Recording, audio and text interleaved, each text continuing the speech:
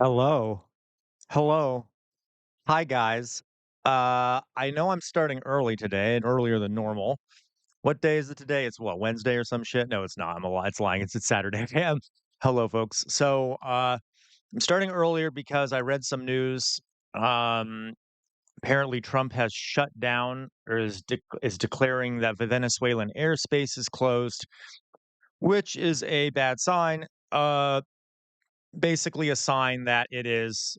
Um, They're soon gonna air operations are gonna begin over Venezuela, which probably means that we're gonna begin bombing Venezuela. Anyway, so let me see here what we got here. Who do we got here? We got Doug. Hello, Doug. Hello, Doug. Hello, Matt Sci Guy. Glad to see you here. Jazz Naz. Hello, Jazz Naz. Always glad to see you here too. Hello, Soup Cheese. I did have a good Thanksgiving, Jazz Naz. I hope you did as well. Uh, if do you celebrate Thanksgiving? Wait a minute, you may not celebrate Thanksgiving, Jazz. Okay. She's okay. Jazz Naz, are you guys trying to start a war? Well, our president definitely is. Okay. Hello, London world. Hello, hello. Okay. All right, and hello, Ida. So, guys, I'm starting super early today because there's a lot to talk about. I wanted to. The first thing is that I just read that. Hello, Axel. How you doing, Axel? Um, uh, Hey, it's okay, Trumpville. No need to apologize. You all have lives outside of the stream, so I totally get it. Though I will hold it against you forever, Trump failed. Just kidding. Okay. So Trump announced a couple hours ago, or about 3 hours ago, that Venezuelan airspace is closed. That is a very bad sign. That is typically a prelude to airstrikes or some sort of other military operation. You close down a country's airspace. Thank you, Axel. I'm doing pretty well. You close down a country's airspace when you are planning to launch air-based military operations. Uh, this prevents um, this prevents the um, what is it called? Like civilian aircraft and other aircraft from being shot down accidentally, essentially. Yeah. Now he has not. Um, uh, he is not. I'm having my brain. I'm still on painkillers, so my brain is kind of moving slowly. He has not declared it a no-fly zone. Now, a no-fly zone, folks, is exactly a no-fly zone is a bit more militant. If you do a no-fly zone, that means that any aircraft that is caught flying over the country gets shot down.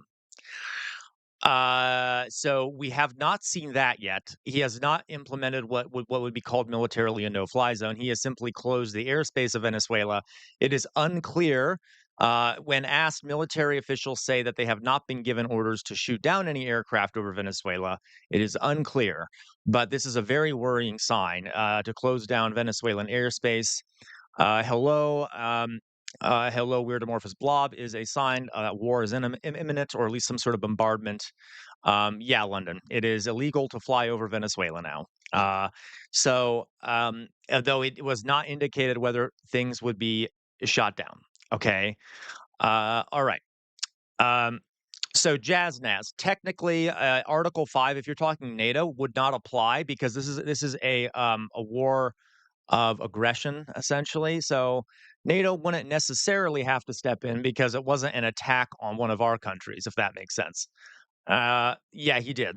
He did say he would approve. You're right, Weird Amorphous Blob. He did say he would approve of strikes within Venezuela. So this is a bad movement towards a war. Okay. So all right. Now let's see here. Let's see here. I have pulled up an article here. I only just learned about this. I've only read a little bit about it, so I started to start a little bit early so we could explore it a bit. Um, right. If only they did have NATO, right? Weird North Blob. So again, now, uh, yeah, right. Right, Ida. Okay. So, oh, totally, Jed. And hasn't what Trump said, like, "Oh, I've ended every war," or whatever bullshit he always is spewing. Okay. Yep, I heard that, London. The leaked information that said Hegseth gave uh, troops the order to he literally said, kill them all in reference to people on those boats coming out of Venezuela. Monstrous man. Okay. So let's quickly see here. Trump orders the closure of Venezuelan airspace. This is Politico. Other news sites are reporting it as well. President Donald Trump abruptly ordered the airspace closed above and around Venezuela on Saturday, further escalating tensions between the U.S. president and Venezuelan dictator. And it isn't interesting how Politico okay, interesting. You notice that weird amorphous blob? I'm specifically calling out weird amorphous blobs because I know weird amorphous blob will know exactly what I mean here, but I'm sure everyone will. But between the U.S. president and Venezuelan dictator Nicolas Maduro, okay, whom the White House accuses of working with narco terrorist organizations to facilitate drug trafficking. Sorry, that's an interesting mainstream media narrative there because we could say Trump is kind of a dictator too, right? Anyway, but he only calls Nicolas Maduro a dictator. Anyway, hello, Alyssa. Yep, Jazz Naz. In theory, the House of Reps is the one who declares war, but we have an issue called the imperial presidency, where our president has essentially taken over that role because they're in charge of the military. So if they send in troops or order an attack, they can do that and essentially start the war before asking Congress permission. It's a big problem. It's a big problem. So, okay. So this is what the order said to all airlines. Okay. Yeah, Jazz Naz, it's monstrous. Yeah, Alyssa. So Trump has closed the airspace over Venezuela, which is a sign that he's going to start bombing Venezuela. It's a sign that war might break out here soon. Okay, I don't like the phrase "break out." That makes it sound passive. Like we are going to attack Venezuela. Okay, in an act of aggression, illegal aggression. So to all this is what his order said: to all airlines, pilots, drug dealers, and human traffickers, please consider the airspace above and surrounding Venezuela to be closed in its entirety.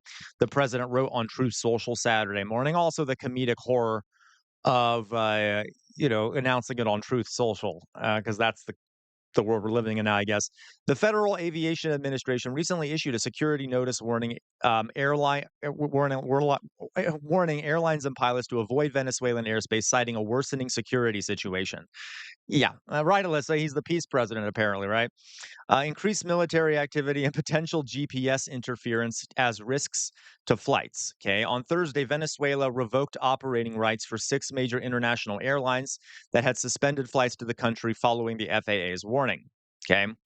But Trump's move to close the airspace in its entirety goes further than the FAA's decision, signaling the U.S. now views Venezuelan skies as an active security threat, not just a risky transit zone. Okay, the White House did not respond to request for comment. Right, Alyssa. So, Alyssa, it's so complicated. Like, it's not complicated. All of this because, Alyssa, if you want my one word answer, the answer is oil. It is more complicated than that, but Venezuela nationalized their oil industry a long time ago. We've never really liked that. There's more to it than that. I am oversimplifying, but um, we also don't like that they're disobedient to us in a lot of ways, Venezuela. We don't like that they are quote unquote socialist. There's a bunch of other things um, that we don't like about Venezuela. But okay, the drug trafficking, in my opinion, is sort of a side note to all of this because, as far as we know, they don't actually do much production of like fentanyl or anything. There is some drug trafficking that happens there, but that happens like everywhere. Okay. Yeah, I know, totally, Alyssa. He doesn't care about the drugs, right? It's all an excuse. Um, Venezuela, weird amorphous blob. Venezuela went about developing international brigades in this period. I hope so. I suspect not. I suspect it won't have much effect. Weird amorphous blob, but it might. Okay. So anyway, and you're right, Alyssa. So guys, if you also didn't hear, Trump pardoned the former president of Honduras, who was a convicted drug trafficker and things like that. So clearly he doesn't care about drugs. Anyway, oh, totally weird and Bob. It has so, folks. You will hear the narrative that this is about Maduro being a dictator and crap. No, we don't care about that shit. We support dictators if they support us. Um, yeah, very possibly soup cheese. Definitely starting a new war to add to his collection of wars, and we just don't understand because we're simpletons. Of course, of course. Okay. Anyway, so Trump and Secretary of State Marco Rubio have spent the last several months staging a major pressure campaign in the hopes of ousting Maduro. Um, Hello, skittish kitten. Are you ready for war? Aren't you overjoyed, skittish kitten? Okay. Uh, a Pressure campaign in the hopes of ousting Maduro, keyed by the buildup of military might in the Caribbean and lethal strikes on boats that the White House says are trafficking drugs. So, guys, real fast here. One thing, there is one possibility. It might not end in war. There is still the possibility it won't end in war. From my opinion, it appears to be a ratcheting up of pressure, right? So, as that one paragraph just said, we have slowly seen a buildup of military forces in the Caribbean. In terms of first, they had a few ships there, then they sent a carrier task force. Now they're closing Venezuelan airspace. It's like a slow pressure campaign, apparently, to try and pressure Maduro and pressure the government and the people of Venezuela to overthrow Maduro. And so I guess technically it might not break out in war, but I don't see that not happening. I don't see Maduro stepping down, and why would he? That's terrorism if they we do convince him to step down because we're frightening the people of Venezuela. So anyway, so it is possible that they think that it won't end in violence, although I suspect it will because I suspect Trump I mean, there's only so much more you can do if if Maduro doesn't step down. I would say the next step is a no-fly zone where you actually start shooting down planes. And by the way, to enforce a no-fly zone, you'd have to start destroying anti-aircraft sites. No-fly zones are pretty aggressive. Hello, Victoria. Um, so anyway, this is a bad sign. Okay.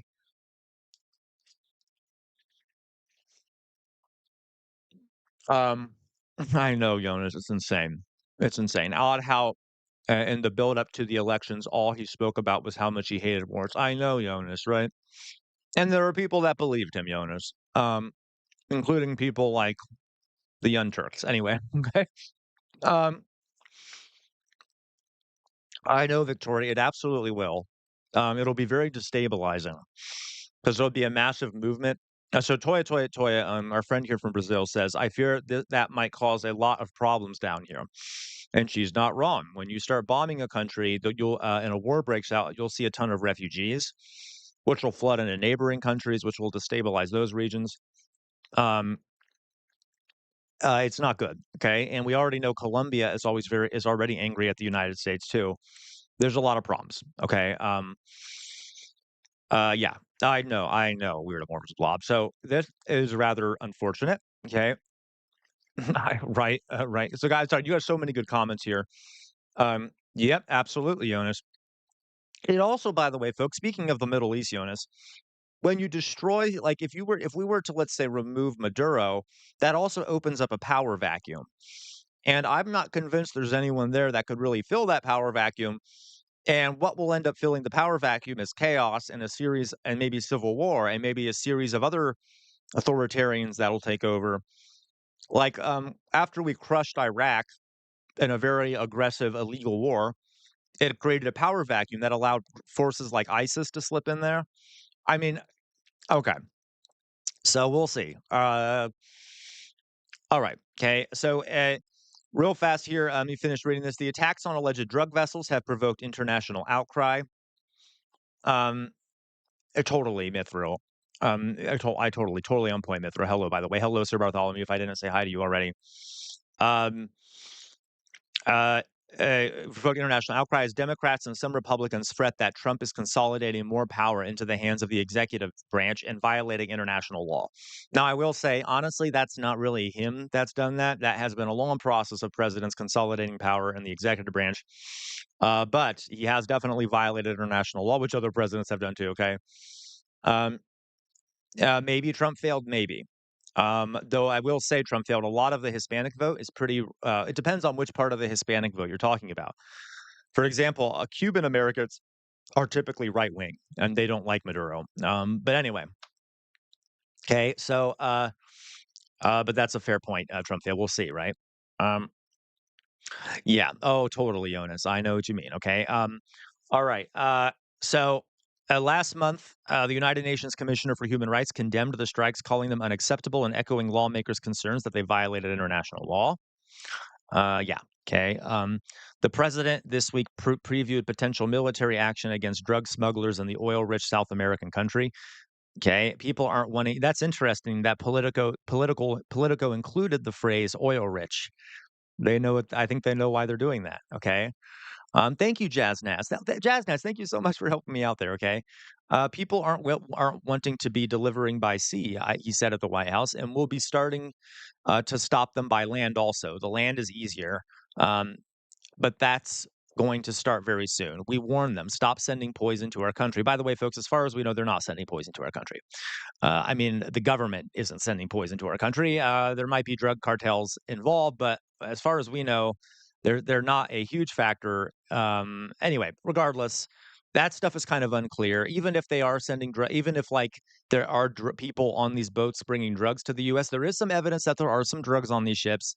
That doesn't make it legal to kill the people on board because they're still civilians, right? Even if they're breaking the law, you can't just murder them on the high seas. And that exactly London. Okay, yeah, Canada has more drug traffic than Venezuela. Um, anyway, and we don't even know if there were drugs on these ships. And like I said, even if there were, you can't just murder them without do something called due process. Okay, on the high seas. Uh, okay. All right, guys. Uh, so this is going to be interesting. I'm sorry. I know I'm eating them. Right, right, Mithril. Okay. I don't know. This is rather frightening. Okay, let's see here. I'm going to see if there's any other news coming up about this. Um, Trump closes. No, you're right. Trump failed. That's fair.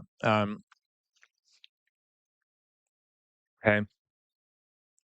Uh, I'm just trying to see again, folks. For those who are coming in now, I started early here, just to I saw this report that Trump had closed Venezuelan airspace, so I decided to start a bit early. Um, so I'm kind of winging this part right here, just because I wanted to quickly see what exactly is going on. Um, let's see what the BBC is saying. Now let's see if the first paragraph is like trans people are evil. By the way, Trump closed Venezuelan airspace. Okay, I'm joking. They won't do that, but who knows? They might. Okay. Um, let's see here. Of course, okay. Well, I didn't. This is true. The U.S. does not legally have the authority to close another country's airspace. I mean, I didn't think of that, but that's a good point. Like that's called sovereignty. You can't legally close another country's airspace. I mean, how are you going to enforce that? That's my worry. Worry is that it'll become violent. But I think that's the point here, is they're preparing for violence. Okay. Uh, okay.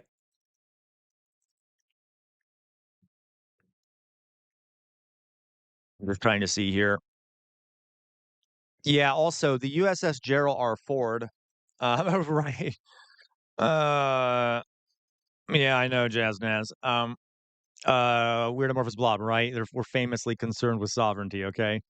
That's why I don't even mention it anymore, weird amorphous blob. I'm like, do I even why should I even mention international law when it comes to America? We don't give a shit. Like we just laugh off international law like it's a joke. Okay, anyway. Okay. So USS Gerald R. 4, by the way, was already in the Caribbean, which is the largest aircraft carrier in the world. I repeat, the largest aircraft carrier in the world, and every aircraft carrier uh, in the world, especially every American aircraft carrier, has a massive task force that goes with it everywhere. So if you send an aircraft carrier, you do not. It's not just an aircraft carrier. You have support vessels, dozens of support vessels that create a shield around it, including destroyers, missile cruisers, submarines, patrol vessels, helicopters, things like that that protect it. And it is not an exaggeration to say that an aircraft a carrier task force like the Gerald R. Ford guys is essentially a star destroyer. Okay, it can turn a country into glass. Uh, they are very powerful military assets.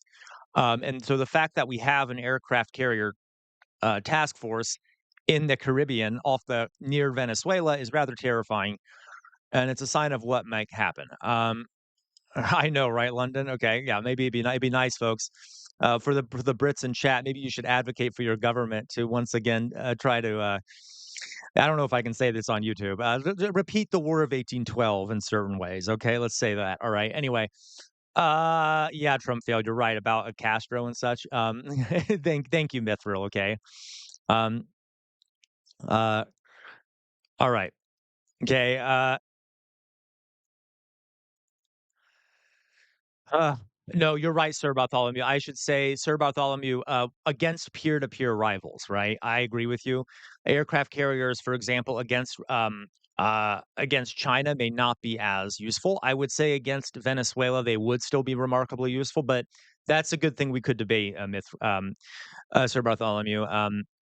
I love military history and technology stuff. I'm just super interested in it, but we could debate that. But I agree with you. If you just have a swarm of drones, that could make it. Just a swarm of drones could basically take out an aircraft carrier at this point. But I suspect Venezuela would not have access to that. Anyway, they might. Who knows? Okay. Maybe if it was the 60s, we could use our Vulcan bombers, right? Jazz. Okay, let's see here. Victoria, did you see a couple of naval or army officers in Okinawa, JPN, tackling a U.S. citizen? Um, I guess Trump and Japan doesn't care about that's for sure. That's for sure. I would not be surprised, Victoria. That's a big issue in Okinawa. Is our soldiers there oftentimes commit crimes and then are excused? Anyway, because they're anyway. Well, we can yeah. Yep, you're totally right, London. Japan is becoming imperialized again. Okay. Yeah, I agree, in your groove. Anyway, but that doesn't mean they don't. It could be hidden. I doubt they do, though. I just don't think they have the wealth for that. Uh, yeah. Oh, totally, Sir Bartholomew. I mean, guys, let me point out. I don't think Sir Bartholomew brings a good point. I don't think if like America were to put boots on the ground in Venezuela, we would lose that war.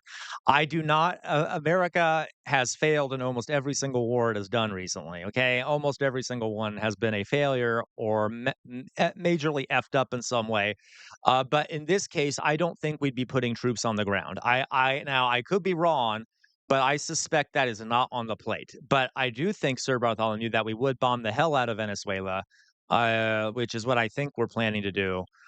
I hope we don't put troops on. I mean, I don't hope we don't bomb them either. Obviously, I don't want to see anyone die. I don't want to see any kind of war because I hate being a citizen of an imperialist monster country.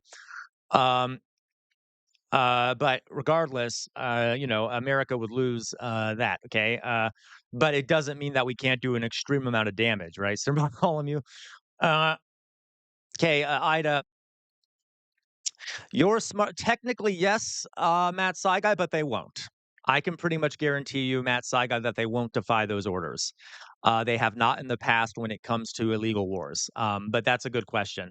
I can't shake the idea that NATO is going to be at 5%, and the gut feeling that they may be more involved than is known. And a large part of this may be to run these. You know what? That's very possible, Ida. That's very possible. And I could be wrong when I say I don't know if I don't think NATO will be involved. They could be. They would definitely be involved in some way. I don't think they'd be involved directly. A lot of soldiers, yeah, that's true. You're right. Okay, guys. So anyway, so that is what we have to deal with. There, okay, is the U.S. has deployed. By the way, that and maybe there will be troops on the ground. I don't know because apparently, hello, Hedonic Treadmill. How you doing? Apparently, we have 15,000 troops within striking distance of Venezuela. Now, again, a lot of this is intimidation tactics. We might be trying to pressure Venezuela. Uh, okay, into making a change, and that the fear of 15,000 troops might be pushing them in a certain direction. All right, right, London. Okay. Um, yeah, you're not wrong at all, Ida. Um, okay. I'm looking around, and don't forget, folks. Trump has labeled. Already has a price on Maduro's head, essentially, to arrest him. I think I don't know what the cost price of it is, like a few $1 million. And already says he's a terrorist. So that is kind of an attempt to legitimize any military force against him. Um, okay, so you're not wrong, Matt Saigai. That's funny. Right, Lund, totally. Hello, Outer Signal. Outer Signal, are you ready for war? Yay, war! Whoa! Okay, anyway. For those that are watching me, you know I'm joking in a very dark way. That Saigai, by the way, says, I guess the Democratic Party can write a strongly worded letter to take action against the military if they go into Venezuela. Right, Matt Saigai. Um, um, yeah, it's possible, Sir Bartholomew. I suspect that won't happen, to be honest with you, Sir Bartholomew. We essentially control all those Latin American countries except for Brazil. I don't think Brazil would take military action against the United States.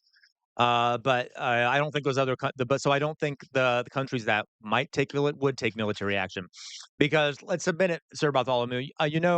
We can. This is a great debate we can have, Sir Bartholomew. Even though America's military has declined tremendously, and is probably no longer the superpower it used to be, it is still extremely powerful. And compared to Latin American militaries, it could essentially destroy those countries if it wanted to. I suspect other Latin American countries would not get involved at all. They would not want American military force to be brought against them. But I could be wrong, Sir Bartholomew. Um, yeah, there you go, London. That's the way to put it. America's naval dominance and power projection is still tremendous. I know, Sir Bartholomew. I agree. Anyway, all right. So, okay. Whew. All right. So, guys, that's something that's happening right now. Um, SoCal, okay. So we have to be concerned about war possibly breaking out there. I love that for us, right? Uh, and what else? There was something else that happened I wanted to briefly talk about. Yeah. Oh, you're right, Trump. I remember that. Hello, Hiyori. Hello, Hiyori. Okay. The drone stuff is super interesting. Trump failed.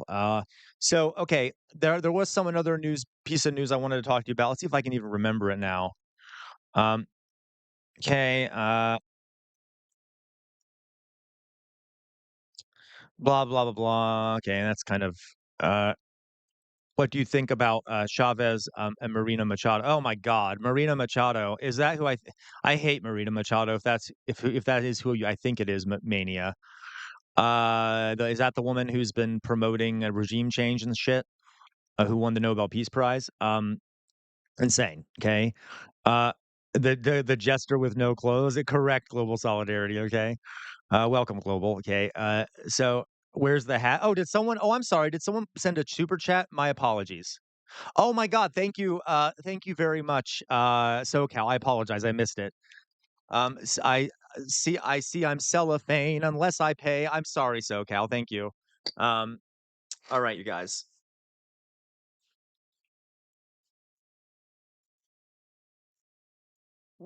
Okay, I thought so. Weird amorphous blob.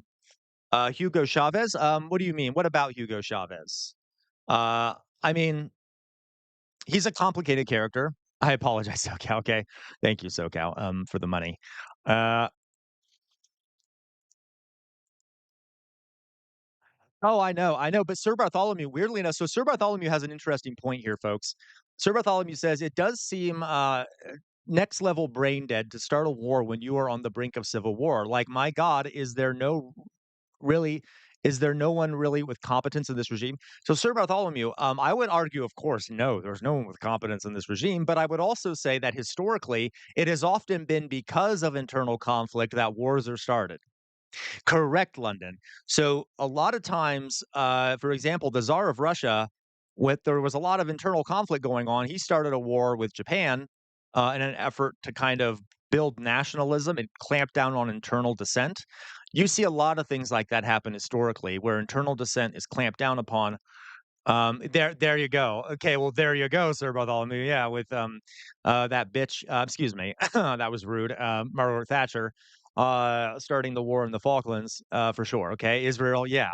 So it would not. I would not be surprised, by the way, if Trump is escalating now to distract from things like the Epstein files, from the fact that the economy is not doing well at all.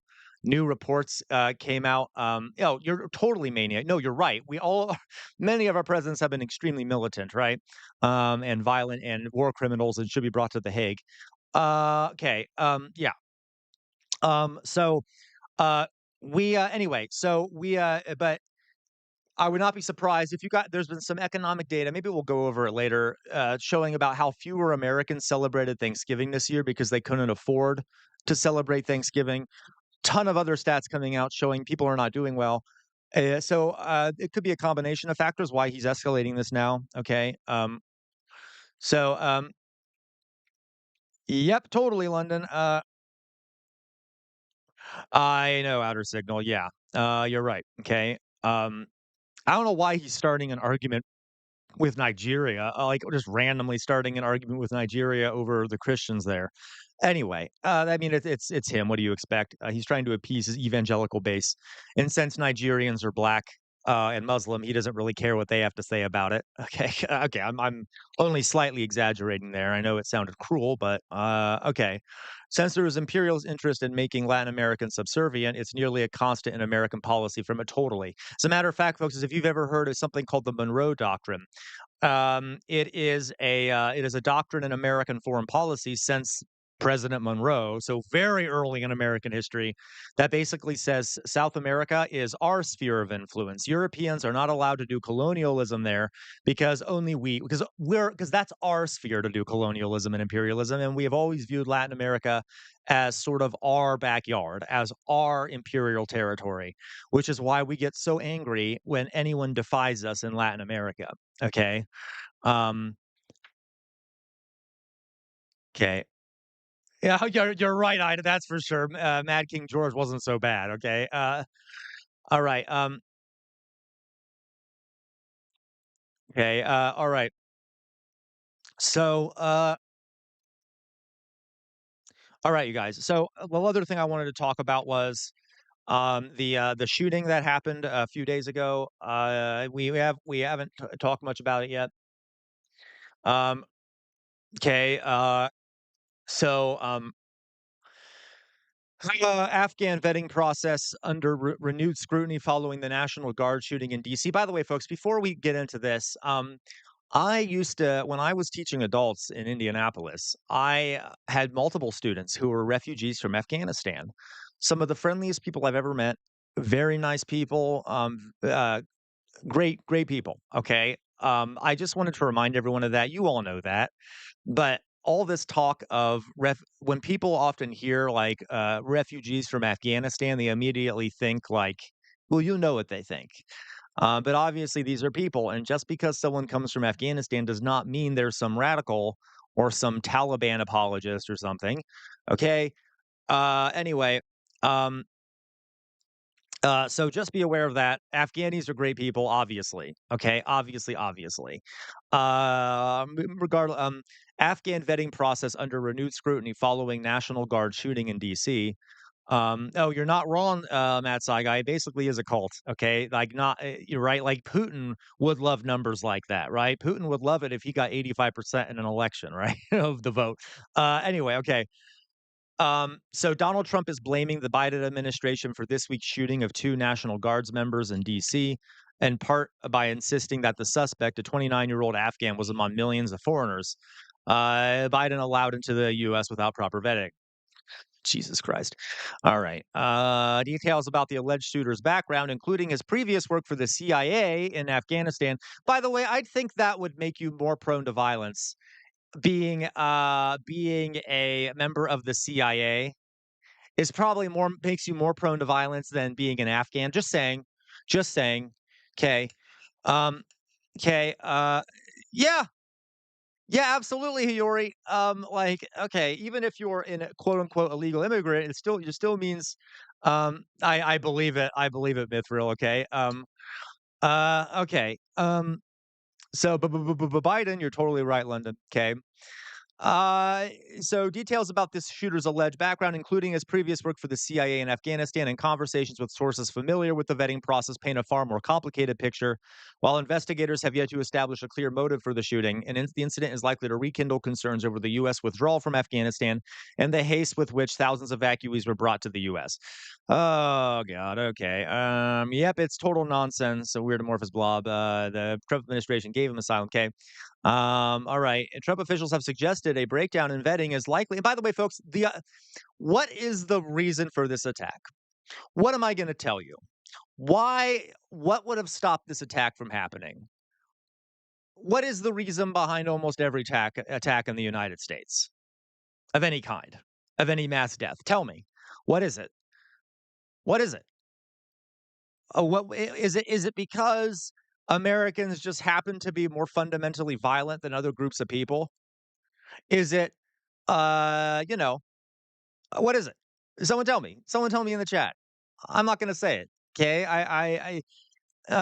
What, why do we have, there you go, London, guns, guns. This guy was able to get a gun and go and kill people, right? Okay. That's the reason the Charlie Kirk shooting was so easy to happen. Okay. That's the reason. Soup cheese, how dare you? Okay. That's why there's always all these shootings. All right. People are human beings. Some of them will end up doing violence. It makes it a lot easier to do that violence for those of you human beings if, in fact, they have access to firearms that are very easily. Okay. Now, I am not defending what this guy did. I will say, coming from Afghanistan, having to leave your family, having to flee your country, having to move to a new country in a new part of the world with a different language, different culture is very stressful on a person. On top of probably all the rhetoric that's out there against Muslims and occupation and things like that, I can see how someone in his situation might snap. Just some people that are in the situation might end up snapping. You can't really help that. It's the human nature. So making it easy for the people like that who snap to get a gun really makes it a lot easier for things like this to happen. Okay. Um, totally. Oh, and you're right. And that's the other thing, weird amorphous blob. What do we, I said this, weeks ago. So give me some credit, folks. Give me some credit. What will happen if you start sending tons of troops into cities in a country that has tons of gun violence with lots of guns? Eventually, someone's going to shoot at the troops. It is destined to happen. Okay. Um, you see what I mean? It is not surprising at all. And of course, what I love is that Trump is sending 500 more troops now into DC as if that will fix the problem. Because, right, all those thousands that were already there really stopped this shooting from happening. I'm sure if we send 500 more, that'll magically stop it from happening, right? Okay. So, ugh, it's insane. All right. Uh, yeah, okay. I'm calm now. All right. So, but of course, we got to blame immigrants and everything else. Even though the vast majority of violence in this country is done by native-born Americans. Okay. In a video address from his Mar-a-Lago club in Florida late Wednesday, Trump argued the attack carried out by a lone gunman underscores the single. I love this. Oh my God, I love this. Underscores the single greatest national security threat facing our nation. What is that, Trump? I'm sure he'll make the right decision here and point out that such easy access to weapons and the prominence of so many weapons all over the country is the problem, right? Okay. Um, okay. Uh, we must take all necessary measures to ensure the removal of any alien. Oh, great. From the country who does not belong here or add benefit to our country. Okay, good. Right, that's the issue. Okay. Um, The suspect, Ramunullah Lakanwal, was among more than not what 19 I'm sorry, 190,000 Afghans admitted to the U.S. following which withdrawal from Afghanistan under programs designed to resettle those people who helped during the U.S. during its 20-year war with the country. Exactly, SoCal. SoCal, you're right. My thing is, this is what SoCal says. My thing is, what does Trump expect when he floods the streets with aggressive military forces? Heightened aggression only furthers heightened aggression, not peace. 100% SoCal. Okay. Um. Anyway. Okay. Um. ah, so over the course of more than a decade. By the way, here's the thing, folks. Even if you vet people, not everyone is. A lot of people who do gun violence have no history of doing gun violence. So how can it happen? How can you prevent that with vetting? You can't. You really can't. Now, vetting helps. Vetting really helps. The issue is that for the people that you do that the vetting doesn't catch, right? Because there's no way to predict it. The access to guns is the issue, right? Maniac Cuck, did I miss you? Maniac Cuck, I don't see any comments from you. Maybe I did. Maybe Maniac Cuck, maybe I didn't get your last one. I don't see it. Um, yeah, I don't see any comments from you, Maniac Cuck. Forgive me. Are you sure, Maniac Cuck? Can you send it again, Maniac Cuck? I don't know where it went. Okay. Um, uh, oh, vetting. Hey, you're right. I mean, like when you do background checks and you ensure that people coming into the country, or even or people even who are going to buy a gun, don't have a mental health issue, don't have a history of violence, things like that. A lot of times, people who are vetted, even if they have a clean background, will end up committing gun violence because it's kind of hard to predict. Some people will snap at different times, right? So vetting helps, but it's not perfect. What is perfect is making it hard to get access to firearms. Okay. All right. Yeah, totally, Ida. Okay. Um, Over the course of more than a decade, sources told CNN, Lekenwall underwent numerous rounds of vetting. Um, Maniac Cuck, you're totally right. Mandatory training, and that would be good too, Maniac Cuck. If we also need to change the gun culture here. Like the gun culture in Switzerland is a lot better than it is in the United States. Okay. Um, you know, that's so weird. The chat on the side doesn't show all the chats. That's weird. Interesting. Okay. So over the course of more than a decade, okay, started around 2011 by the CIA when he began working with the U.S. military and intelligence agencies, and ending earlier this year when he was approved for permanent asylum in the U.S. by the Trump administration. Great. So not Biden's fault. All right. Hello, Lee Lane. Hello, Lee Lane. Welcome, Lee Lane.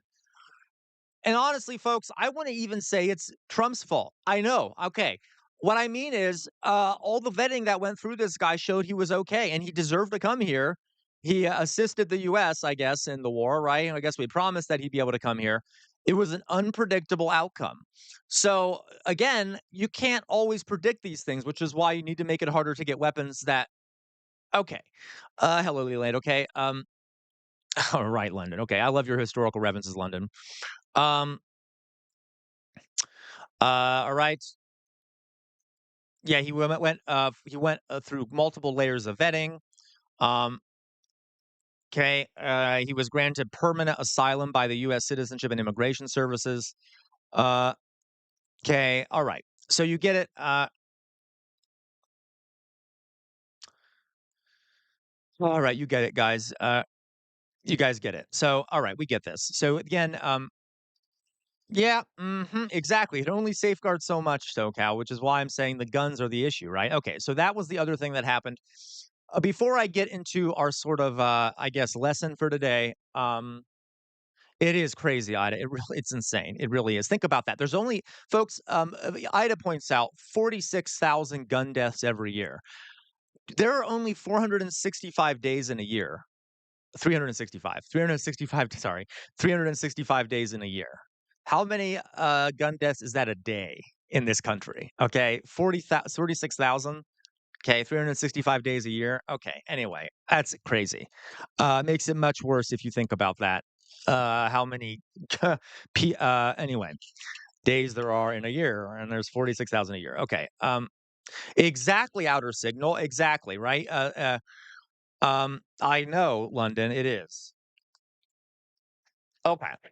So yesterday, Donald Trump took questions about by the way, folks, I don't think I've mentioned it. If we get to 3 super chats, I'll put on the collar. If we get to 5, I'll put on the jester makeup. I haven't done that in a few days, so I'll put on the jester makeup. If we get to 5, okay. If we get to 7, we will play a round of GeoGuessr or Time Guesser. And if we get to 10, we'll do a Jester After Dark tonight. Okay, so that's what we're reaching for those that are new here. If you want, you can become a member for as little as 99 cents a month. Just 99 cents a month. I mean, if you do, you get access to a cute little Jester hat next to your name in the YouTube chat and access to an emoji, member only emojis. And excuse me.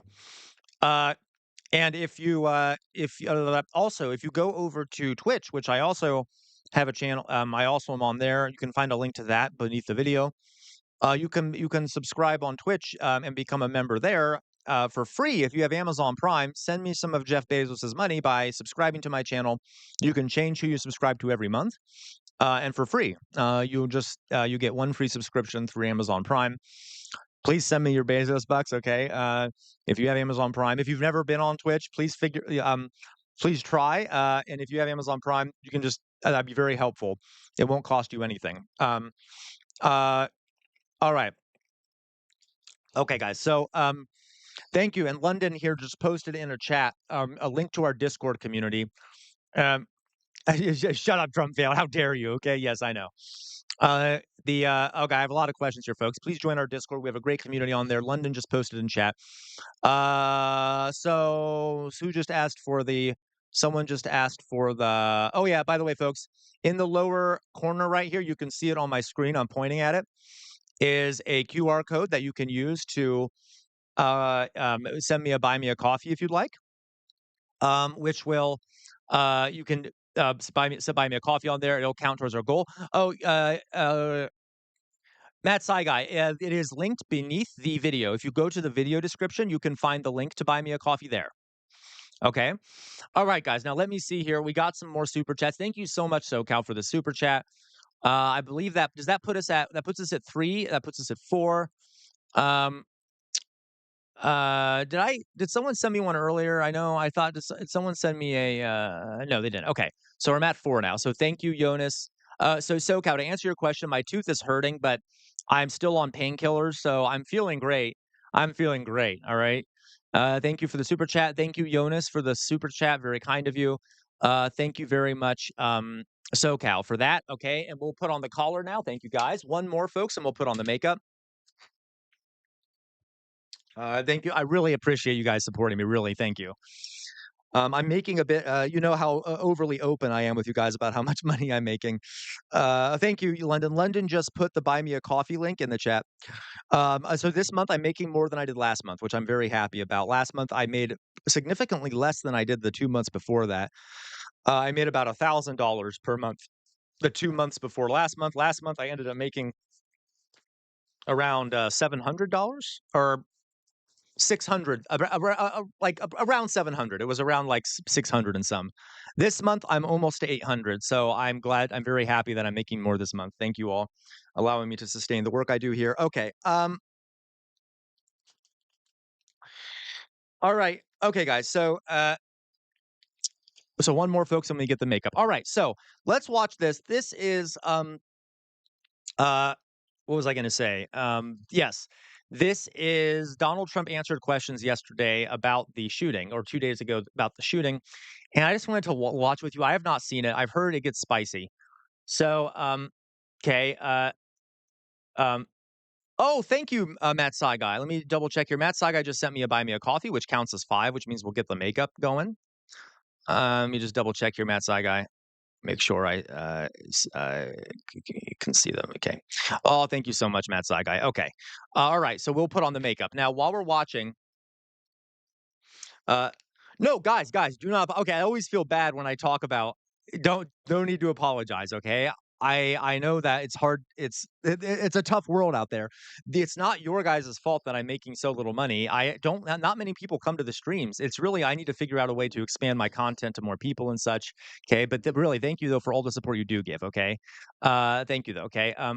Okay. Yeah, guys, really, it's not like, honestly, folks, there's not enough people in the streams to make it like it's not your fault. Like the burden shouldn't be all on you. You see what I mean? It's my fault. I need to figure out ways to get more people in here and to do more better videos. Okay, anyway, so I will start putting on the makeup. Um, yes, the threshold for the Jester After Dark SoCal would be $50, or we get to 10 super chats. So I'm going to start putting on the makeup, and as we do, let's watch this. Okay. All right, Donald Trump. God help us all. Ah, ew. Guys, how the? Oh well. All right, here we go. We can cut that then. We can cut that. Hello. Mr. President, good to see you. Thank you so much. Hello. For Thank you. a question about this tragic shooting in Washington, D.C. U.S. officials say that the suspect worked very closely with the CIA in Afghanistan for years, that he was vetted, and the vetting came up clean. He went cuckoo. I mean, he went nuts. And that happens too. It happens too often with these people. You see them. But look, this is how they come in. This is how they're standing on top of each other, and that's an airplane. There was no vetting or anything. They came in unvetted. And we have a lot of others in this country. We're going to get them out. But they go cuckoo. Something happens to them. Your DOJ IG just what is he talking about? That there was thorough vetting by DHS. By the way, guys, I can't really see. I see I got a super chat. I can't really read it right now. I will read it in a second. Forgive me. Why do you blame the Biden administration? Because they let them in. Are you stupid? Are you a stupid person? Because they came on a plane along with thousands of other people that shouldn't be here, and you're just asking questions because you're a stupid person. And oh my God, there's a law passed. Okay, I'm sorry. That is hilarious. Speak about the pot calling the kettle black, and I'm not talking about the fun kind of pot. Jesus Christ. It's almost impossible not to get them out. You can't get them out once they come in. And they came in, and they were unvetted, they were unchecked, there were many of them, and they came in on big planes, and it was disgraceful. And if you look, you'll see there was a law passed. It makes it almost impossible not to let them in, not to certify them, so to speak, once they come in. And they came in, and they shouldn't have come in. And frankly, the whole thing was a mess. The whole well, then why'd you let them in, you piece of shit? Anyway, excuse me. It should have never taken place. If we're going to go out, and we would have gone out because I had everybody ready to go. Jesus, folks, looks like we're getting a lot of super chats. Thank you, guys. I feel bad now. I feel like I did emotional blackmail. That was not my intention, but thank you. Because of its very close relationship to China and where they make their missiles. But when you let the people come in by the thousands and thousands and thousands, they made a terrible mistake. But they were incompetent, yeah. Yeah, Mr. President, thank you for having us here tonight. Have you spoken with Sarah and Andrew's family? And we have a call in a little while, actually, right after this. Do you plan to... Well, the family is devastated, as you can imagine. Yeah, I wonder why. But Jesus, obviously. We have spoken. Why were they there, Trump? Why was she there where she could get shot like that? Like, this is a predictable outcome. You mean you put them in danger, right? You put these soldiers in danger by even having them out there. Okay. We'll be speaking tonight. But tomorrow, you have to give them a little. They just found out about their daughter. You know, you can't just call 2 seconds later. Yeah, of course. It's a very, very tough situation. Obviously, she was so outstanding. I mean, I just heard outstanding in every single way. It's in the early stages, obviously, but do you plan to attend Sarah's funeral? I haven't thought about it yet, but it certainly is something I could conceive of. I love West Virginia. You know, I won West Virginia by one of the biggest margins of any. Oh my God! Here we go. President anywhere. Right, that's the appropriate thing to bring up is how much you won West Virginia by. I love the people of our country, but I haven't given it any thought. It's so human, guys. Look how human he is. How much he can relate to the death of a child like that. The suspect does have a wife and 5 children who live in Washington. Do you plan to deport them? The suspect has? The suspect? Well, we're looking at that right now. We're looking at the whole situation with family. It's a tragic situation. Yeah, Jeff? Mr. President, are there any changes you want to make to improve safety for National Guardsmen who are being sent into these cities? All right, folks, almost done with this. As you know, we're sending 500 more. We had very little crime in Washington now for many months. Record-setting low crime, and this happened. And I don't know how you put this on the scale of that. This is sort of different. This is a terrorism threat, and this was done because they're so effective. If they weren't effective, you probably wouldn't have had this done. But this was done because let's try. the What National color should we Guard has been use? so Let's do effective. purple. You know, you went from having a tremendous Purple amount mouth. of crime and death, killing, everything else, to having none. And this happened, I assume, because it was so effective. And maybe this man Oh, was really? upset I love because that, how he thinks that the shooting he took couldn't place practice crime. Who knows because what his motivation was? But what he did his was policies were so effective, right? horrible. And you've made changes for Afghanis' ability to apply for asylum. Do you blame all Afghans for this one man's not mistake? No, but we've had a lot of problems with Afghans because they had a lot of them coming in Jesus. on these planes. Again, I show you this picture. We had a lot of them coming in on these planes that are, look at them. There was no check-in. They just poured into the plane. Yeah, you know what? And Okay, you know what would prevent Afghans from leaving their country is if you don't go to war with the country, you don't bomb the hell out of it, displace hundreds of thousands, if not millions of people, and then get mad when they try to leave their country, which is being ravaged by the war that you started. Okay, and then to be shocked when they try to leave. So stupid. Really idiotic. Okay, obviously. Okay. Oh, there we go. I think this is good. Look at this. I don't know. The purple doesn't look that great. That's okay. We will live with the purple. We will live with it. Not that big of a deal, right? Okay, okay, okay. All right, all right, right. Let me put I'm almost done here, and then I'll look at the super chats. God, we got a lot of super chats. Sweet Jesus. Give me a second. Give me a second here, okay?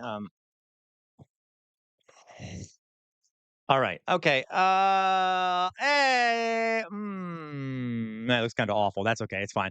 Let me see what we got here. What we got. Thank you guys. Oh my God, so many super chats. Thank you so much. We got what I miss here? Thank you, Trump. Thank you, Trump failed. Thank you for the $2 from failed. Very kind of you. One of the originals here, Trump failed. Glad to see you here, Trump failed. Trump failed. I still need to react to one of your videos. We'll get to that at some point here. Thank you, SoCal. That corner of Grant and Maine used to be pretty busy. Is that so? SoCal. Interesting.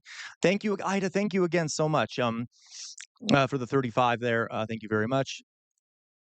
Jonas, thank you very much here. He's becoming less I know it's kind of sad. It's like I miss the old orange Trump, right? I miss the old orange Trump. As there, Jonas. Thank you for the super chat there.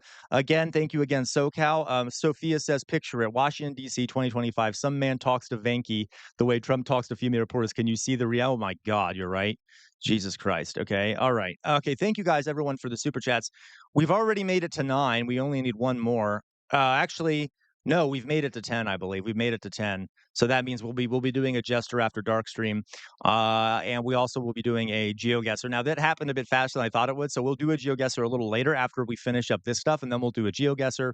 I'm going to what I'm going to do now is I'm going to change the goal here to I have to paint my nails. I need to paint my nails. So what we'll do is if you want to help me paint my nails, every $2 donation, you get to choose a color for one of my nails. Choose a color for one of my nails. Okay. Okay. All right. And we begin. Okay. So, all right. Thank you, guys. Thank you, everyone who donated. Really, that's very kind of you. Okay. So let's continue this. Let me put my hat back on.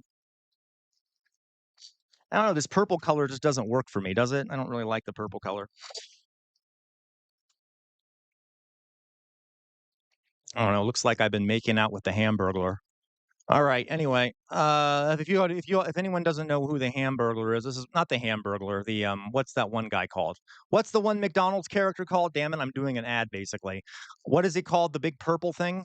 The big purple thing? The gross purple thing? Would someone remind me crap. Purple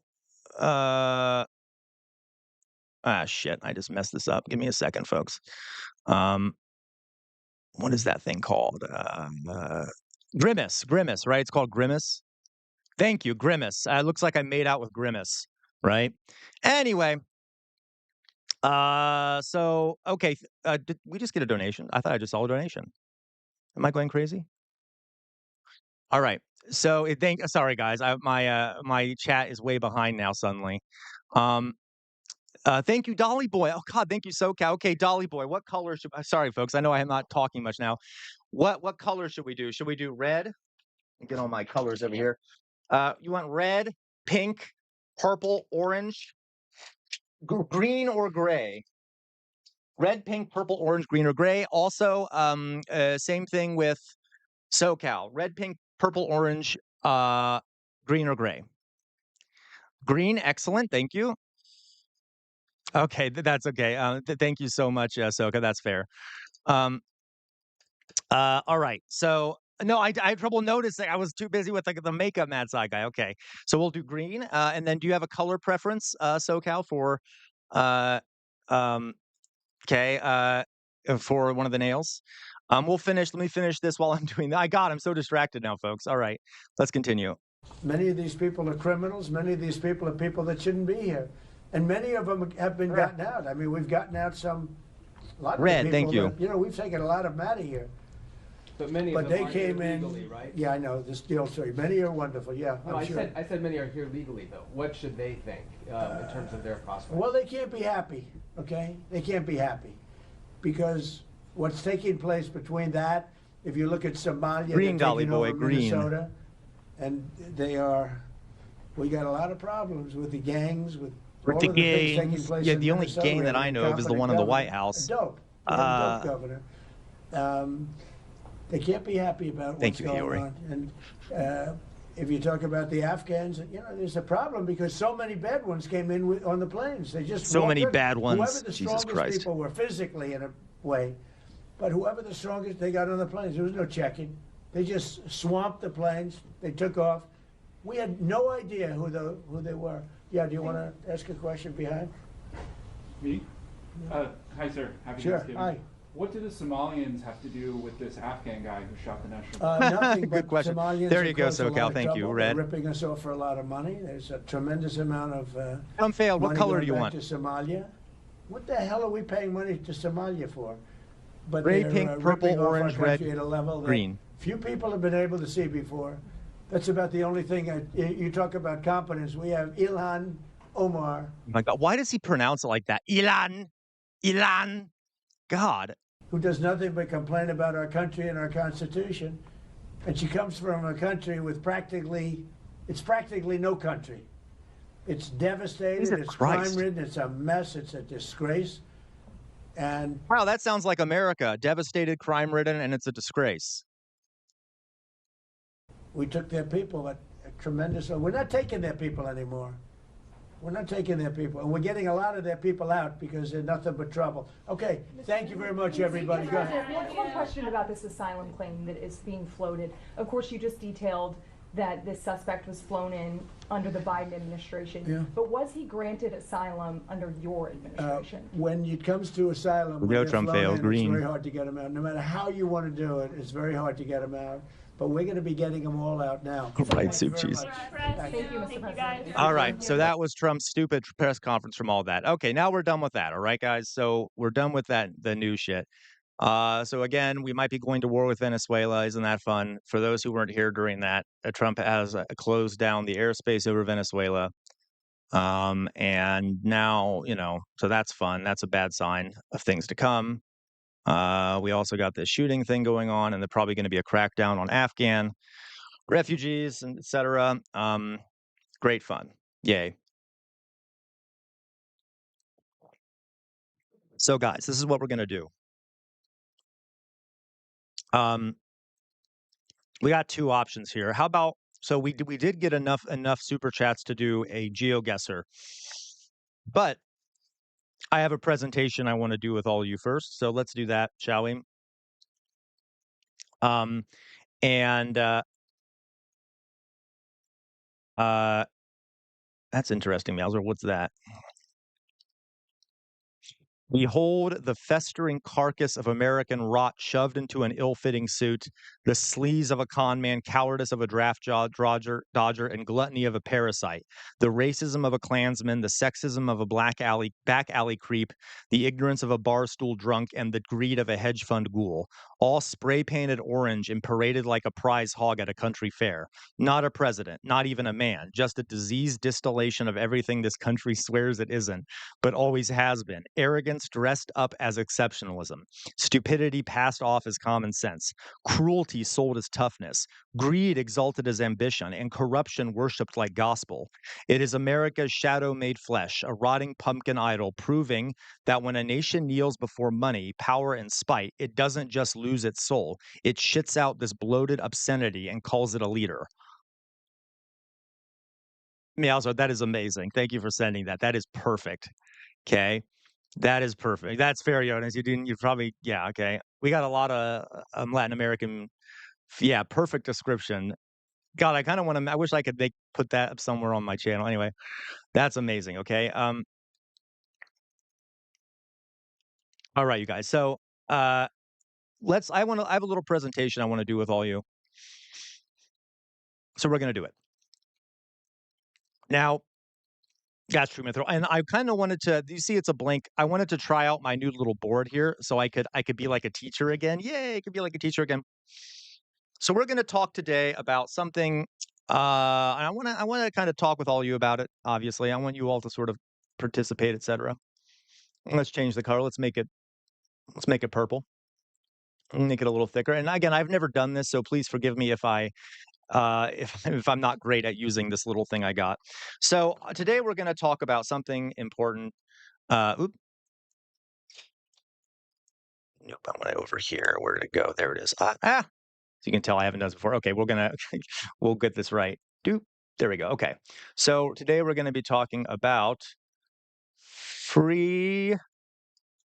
Okay, I need to make it small. Oh my god. Oh my god. Okay, we'll practice. This is practicing. Okay, this is practicing. Free will. Okay, free will. Ooh, free will. Okay. Yes, I know it's not great. Don't worry. We're learning. We're all learning together, right? All learning together. So, free will. There have been more and more science out there kind of showing that free will isn't a thing. Hee hee hee. Yay. So let me give you an example here, right? Let's just start off kind of simplistic here. So yeah, when an animal does something, right? When an animal does something, a non-human animal does something. Free will. Very, very funny, Mithril. When an animal does something, do we blame that animal for what the animal does? Right? Like if there is a tiger that eats someone, do we really say it's the tiger's fault? Or do we say that, oh, well, it's just an animal, that's what it does? Okay. Matt Saigai, you know I can't stand you, Matt Saigai. Okay. Like, do we or like if some animal does something, we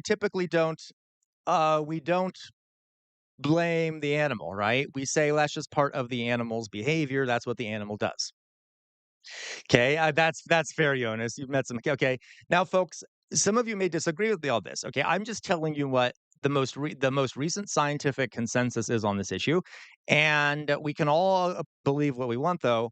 And I think this is a very important revelation that humans have had recently, and I think it's one of the most important ones, and that we're going to end up talking, or it's going to end up changing our society drastically if it becomes common knowledge and common belief. Okay, that free will doesn't exist, and you'll see what I mean. All right, so we don't typically judge animals for the behaviors they engage in, right?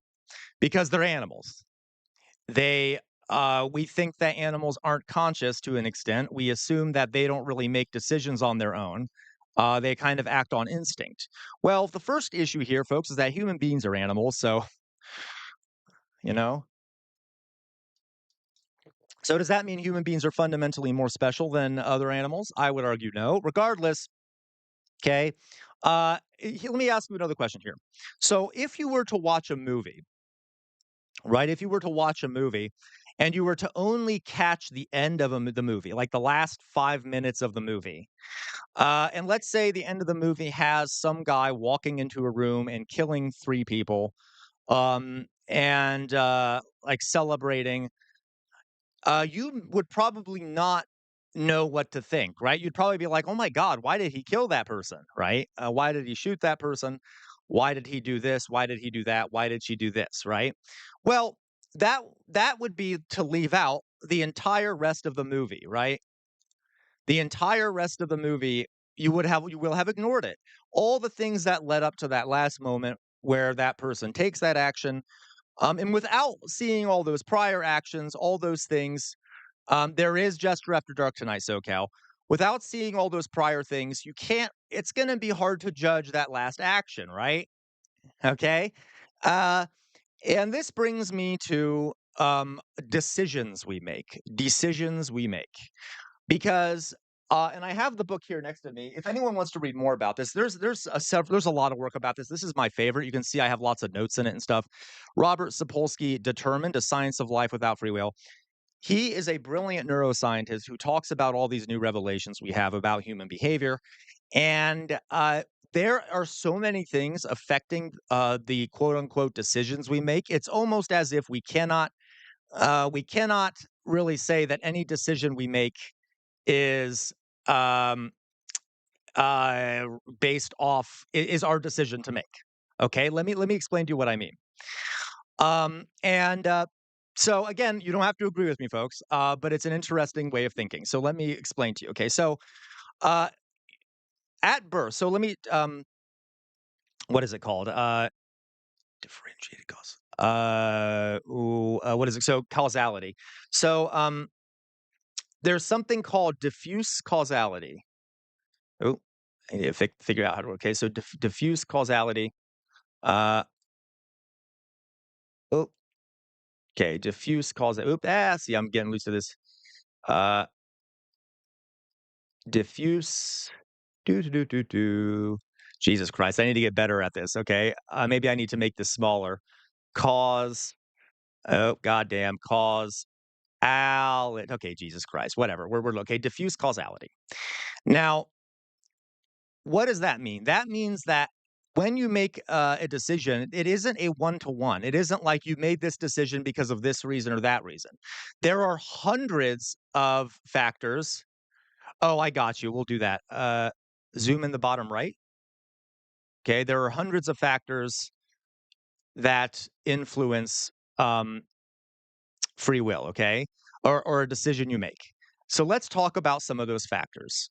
Um, Diffuse causality. So, all right, I'm just gonna go over here a little bit. I'll get used to using this, folks. I know that that's too small, but yeah, give me a bit of a break here. Okay, so first of all, let's talk about at the very bottom. Okay, so our brains are the things that make decisions, right?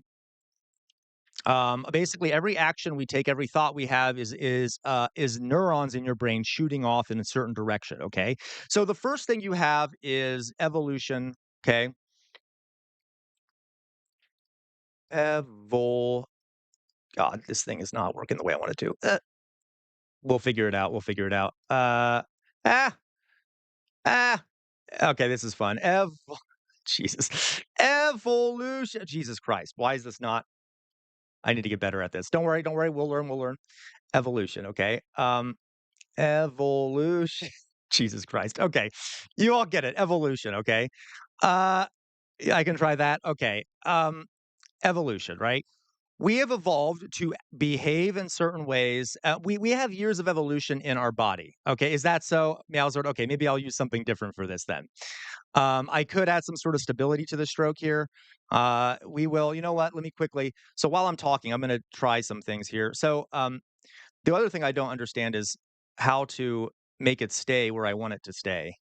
But we'll figure it out. All right. So okay. So uh, when you are born, you have a bunch of genetic material in you, genetic predispositions based off millions of years of evolution, not only of humans, but of our ancestors. So, for example, you have the fight or flight response. That is a genetic thing, okay? Whether or not you like whether you when you're afraid, whether you fight back or you run, that is largely a genetic thing. It's predetermined. The fact that you feel hungry or feel get aggressive when you feel hungry, that's a genetic or that's an evolutionary thing. Um, Things like that. Okay, all of those things are linked to evolution. A lot of the ways we behave are linked to evolution. On top of evolution, okay, you have genetics. Genetics. So after you're born, or when you're being developed in the womb, each of us have each of us have that's like you're gonna make me lose my mind. Okay, each of us have a genetic code that predetermines a lot of things. Okay, and a lot of genetic science is bullshit in terms of like racial different. All that crap is nonsense. But there is true that there is genetic things here. For example, I have a major depressive disorder that runs in my family. It is genetic. I cannot help it. I do not choose if when I feel super sad or down. It just happens. It's a genetic thing. Genetics play a big role. All right. On then you have this. Okay. The other thing that might influence a decision you make or action you take is the womb environment. Eh. So womb. Okay, the womb. Oh my goodness. Okay. The womb. So when you're in your mother's womb, there are a bunch of things in the womb environment that can affect your development, different hormones and things that go on. What your mother eats while she has you in the womb. Okay, like if she's drinking a bunch of alcohol, you might end up with fetal alcohol syndrome. There are lots of studies on this. People who a woman is not eating enough during pregnancy. Their her womb environment will not be very conducive to a healthy child, and the baby might not develop correctly after it's born. Okay, so tons of things affect your development while you're in the womb, having to do with hormones, having to do with the womb environment, the what the mother is eating, and things like that. All of those things change brain structure, influence the growth of your brain, and things like that. Okay. Then you have and by the way, there's studies on all of these things. Okay, there are genetic links for alcoholism, for example. There's genetic links for um, uh, a, a bunch of different things. Okay, and okay, so then if we get even closer to an event happening, right? So you have all these long-term things affecting you, evolution, genetics, womb. After you're born, you are affected by other things. Environment. Okay. What environment are you born into? Are there a lot of toxins in the environment? Do you have access to good food? What is the temperature of the environment? Okay. You also are affected by culture. So our brains are plastic. I don't mean literal plastic. I mean they mold and they change depending on what we're learning. Growing up in different cultures conditions your brain to grow in certain ways because if you do a repetitive activity that is part of your culture, it becomes part of your brain. It becomes something that is sort of solidified in how you function and the decisions you make. Okay. So culture, the culture you grow up in is very important for this. Parenting, how you're parented affects the decisions you make in life. Okay, that's true, Dolly Boy. All right. How you're raised, all these things affect your brain structure. Literally, it changes your brain structure. There is evidence that shows that, like abusive parents and things like that, children's brain develop differently. Literally, they look different than if you're not being abused by your parents. It literally changes the way your brain develops. It changes the decisions you make later in life, the emotions that are connected to things, the parenting. Okay, and just to show you here, let me find you here. Okay, here are some things that affect you when basically in like not very long term, but like medium term as you're growing up. Okay, parenting. Differences in parenting are the focus of highly influential studies. Authoritative parenting, where high levels of demands and expectations are placed on the child, coupled with flexibility in responding to the child's needs. Um, uh, okay, I mean, there's different kinds of parenting. Let's put it that way. Okay. Um, okay. Then peer socialization with different peers modeling different behaviors. So the people you're around, okay, develop how you respond to things, how you behave, how you think. Okay. Environmental influences. I think I just added this one. Cultural beliefs and values. Okay. Cultural beliefs and values. All right. All these things affect you. By the way, poverty, your socioeconomic status. there's tons of research on how socioeconomic status actually affects how your brain develops, literally affects how your brain develops. Your brain looks different if you grew up in poverty than if you didn't grow up in poverty. Um, okay. Uh, so the link between okay. So by the way, those aren't really things you control. All right. I'm trying to find here something here. Household dysfunction can affect how your brain functions. All right, moving on. So all of those things affect all the things I just mentioned affect how you function, how your brain works, how you act, and these quote unquote decisions you make. Moving on. Next line here. Next line here. Let's talk about things that happen in the immediate term before you're about to make a decision. Okay. Sleep, fatigue, fatigue, hunger,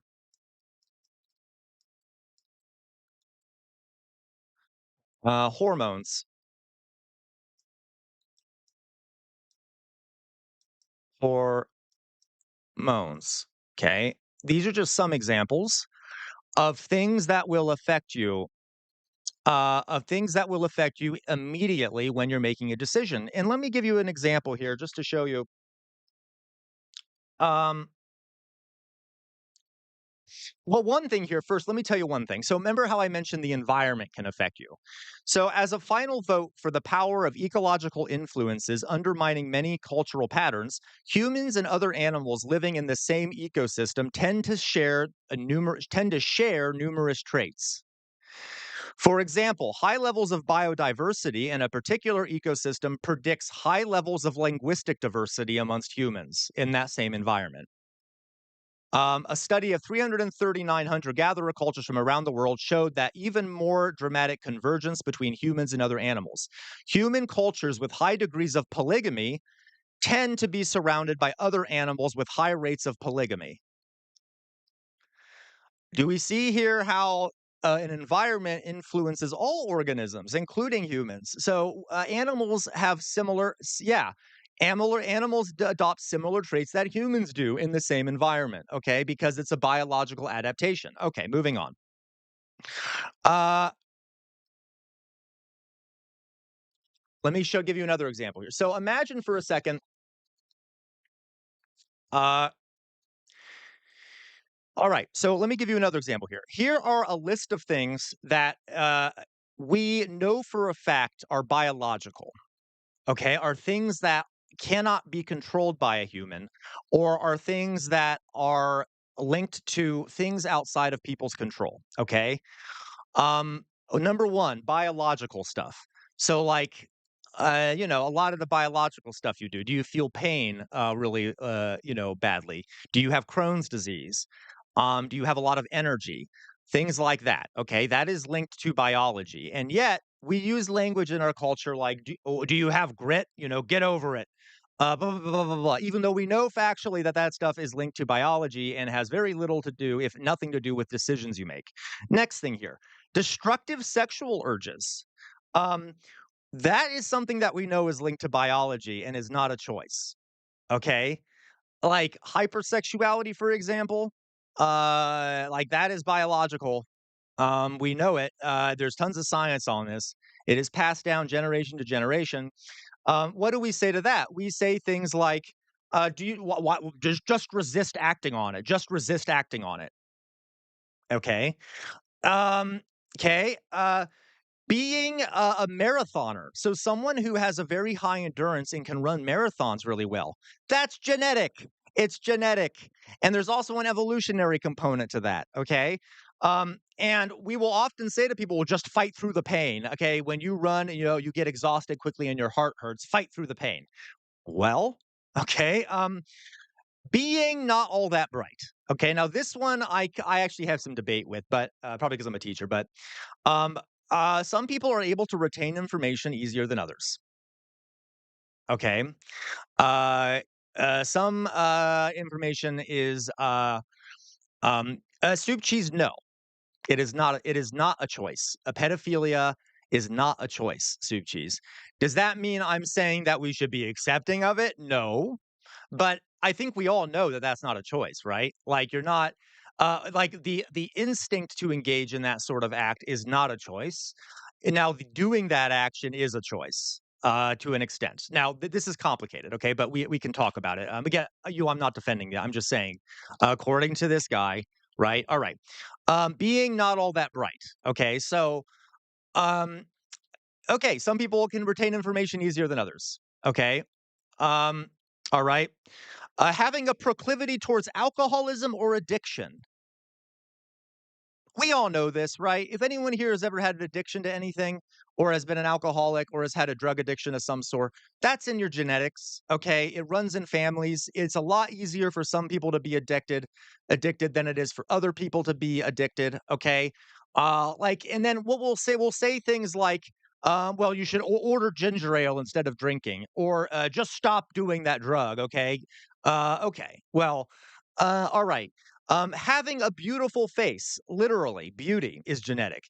A lot of times, how we measure beauty in a face is the symmetry of the face. If it's symmetrical, almost anyone of any culture will say it's a beautiful face. So having a symmetrical face is considered beautiful. That is genetic. You do not choose to have a beautiful face or not. Also, by the way, fat body fat percentage is partially genetic. So there are people who are born with symmetrical faces, low body fat, and big muscles. I mean, if you're a male, right? Or women who have larger breasts, larger, whatever it may be. And then we get mad at people. We judge people who don't meet those traits. Okay. Anyway. All right. Um, so all of these things are things that are genetic or based off that. Let me give you another one, a really other fascinating example here. Okay. We also, by the way, um, know that when you think you're making a decision, your brain, there have been brain scans done, has actually already fired the neurons about what you're going to do before you've thought you've made the decision. So if you're choosing between multiple things, your brain decides and then you make the decision, okay? Because of genetics, because of past experience, because of how much food you had that morning, because of all this stuff, okay? All this stuff. Um, let me give you another. This is a fascinating one. I just had to read it to you. Uh, so we also know, by the way, folks, that, for example, people who have severe trauma, people who have severe trauma are more likely to commit crimes. People who have PTSD are more likely to commit crimes. People who have fetal alcohol syndrome are more likely to commit crimes. People who are low income are more likely to commit crimes. All of these things are determined by those histories. It is not that those people are choosing to commit crimes because they're bad people. They have a past, they have a bunch of brain development stuff that has led them to committing a crime. They have environmental factors. They're not really making a choice to commit a crime. Okay? All right. Okay. Here's another one. This one fascinated me, by the way. Uh so here's a funny one. We also know, by the way, that judges who are deciding the punishment for crimes make decisions not based off the facts in the case, but whether or not they ate that morning. You think I'm joking? I am not. Allow me to explain, okay? And also about how tired they are when they're making the decision. Okay? Let me read this to you. Um, so here's one study that'll stop you in your tracks. The researchers studied a group of judges overseeing more than 1,000 parole board decisions. What best predicted whether a judge granted some parole versus more jail time? How long had it been since they had eaten a meal? That's what predicted it, folks. That predicted it more than any of the facts of a case. How long it had been since they had eaten a meal. Appear before a judge soon after she's had a meal, and there was roughly 65% chance of getting parole. appear a few hours after a meal, and there was close to a 0% chance of the judge granting you parole. What's that about? It's not like judges would get lightheaded by late afternoon, slurring their words, getting all confused, and jailing the court stenographer. Um, okay. Also, the front part of our brains is called the prefrontal cortex. I am not Meowsert. I'm reading from Robert Sapolsky. Our prefrontal cortex, which is the front of our brain, it regulates our behaviors and it allows us to direct our behavior or at least control our behaviors. All right. As a day goes on, that gets tired. Your frontal lobe gets tired. It has more and more trouble regulating your decisions and your behaviors. So by the end of the day, judges are going to be less able to not control their behaviors and make decisions based off rationality versus how much they've eaten. I can tell you, folks, there have been studies that show that if you see a doctor at the end of their shift, they're going to be less likely to give you they're going to be meaner to you, and they're going to be less likely to give you the care that you need. All right. These are doctors that don't have bad histories. They grew up in wealthy families. Okay. Maybe some of them don't even have childhood trauma. They're doing very well in life, and yet even they can be massively affected. Yeah, exactly, Dolly Boy. Even they can be affected by being tired and stuff like that. Okay. We we do not actually make decisions. It feels like we make decisions. It feels like we make decisions, but we don't make decisions. All of the things that we do are affected by layer upon layer upon layer upon diffused causality, where we can't always. I know, right now, Zord? We can't always determine why someone does something, but we know that people aren't really making those decisions themselves. It is past experience. It is brain function. It is a ton of different things. Okay. Hello, Wiggy. Welcome, Wiggy. Why isn't it the case that they care less and accept more? I'm sorry, Wiggy. What are you referring to? I may have missed what you're getting there. Okay, so we don't really make decisions, guys. I know. Okay. Uh, okay. Even if like we're in a high position, those get affected by things. Um. All right. Now, and I could go on, guys. I really recommend people read this book. I think it'll be maybe not this book specifically, but I think this idea, um, okay, I think this idea is going to change the world. It already has. It hasn't become as influential as like Darwin's theory of evolution. Now there are other people that think this too, not just Sapolsky, but he does a great job of communicating it. Okay, um, so, uh, so what am I saying here? What am I saying here? Why am I telling you all this? What does this mean? Does this mean that we should be okay with people who commit murder, who do acts and things that are out of their control? Uh, okay, or do commit horrible crimes? I am not saying that we need to be okay with that, not at all. But think about that. Our whole society is essentially built off the notion that people are making decisions for themselves, right? That you make choices. The whole liberal mindset is the idea that people decide what they're doing. You can make good choices or bad choices, even though we know um, okay, even though we know for a fact that these are not things that really are controlled by individuals. Okay, their brains are going to operate in a way with or without them. So, what does that mean for society? I think this is good news. Okay. Yeah, it does, Meowsword. Empathy shrinks during scarcity. Absolutely. Okay. Because people become more. So, how do we then make this affect society? This is where we bring it to what I've always said, which is why socioeconomic material conditions are so important. If we want society to function, we have to change the environment that people are growing up in. We need to change the environment people are living in, because much more than individual decisions, what matters is the environment, how people are affected by it, how people's brain develop while they're growing up. Okay. Uh, how we raise people to act in certain ways when presented in certain situations is more important. And also maybe we should think about dealing with crime differently, all right? Maybe we should stop demonizing people who engage in crime and figure out a way to be more preventative and structure the environment in a way that prevents crime, right? Um, you see what I mean? Uh, like, and by the way, folks, I know what this is controversial. I said to someone here in chat, someone asked about stuff with kids. Okay, I don't want to say it again on YouTube. We know, by the way, factually, that that is a genetic thing or that is a mental thing. Like, most people are not born with that desire. Okay. Um, so, how do we then deal with that, right? How do we then deal with people having an instinct to do something like that? Um, I don't know, but we need to do some. We need to figure out some way that addresses that underlying cause, right? Um, well, or for example, serial killers. Um, serial killers um, are okay.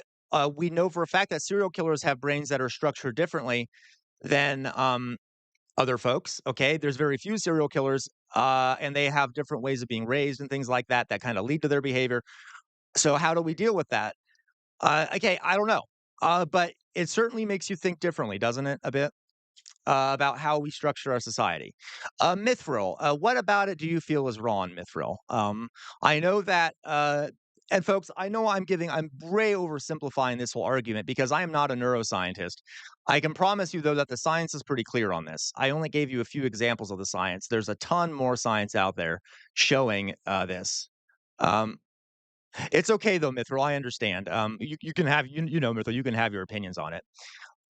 So, like, you see what I mean? Um, we don't really have we don't really have free will, and yet we judge people all the time for the decisions they make and things like that. Um, that is why, by the way, I'm also always promoting social pressure because you're not really. It's going to be hard to convince people to the right decision unless they feel some sort of external pressure on them to do so, right? Because your body wants you to make selfish decisions in some ways, okay? Or, all right, maybe this is why we need to have more of a shame-based society. I don't know. But I think it's something we all need to think about. And by the way, folks, this does not mean that you're not like you don't. This is not. I don't think this is a hopeless thing. I don't think this means that all of us are like automatons, even though we kind of are. Uh, you know, we we change as we go along. We experience new things. Our brains change and things like that. The very fact that I'm telling you this will partially change your behavior in the future. Probably, maybe. I don't know. Okay. Um, Wiggy, hey, that's a fair point, right? But we don't, regardless, Wiggy, you say at what point, um, okay, okay. Wiggy, at what point does extreme butterfly effect and factors beyond our control then make it essentially free will? So, Wiggy, that's the thing, though. Um, Well, it isn't free will, right? We don't, those, all those factors are directing us in a certain direction. And we know for a fact that the brain triggers before you make a decision. You're not making those decisions. Okay. Like it's not like you are consciously deciding to do something. Um, a bunch of things are affecting you.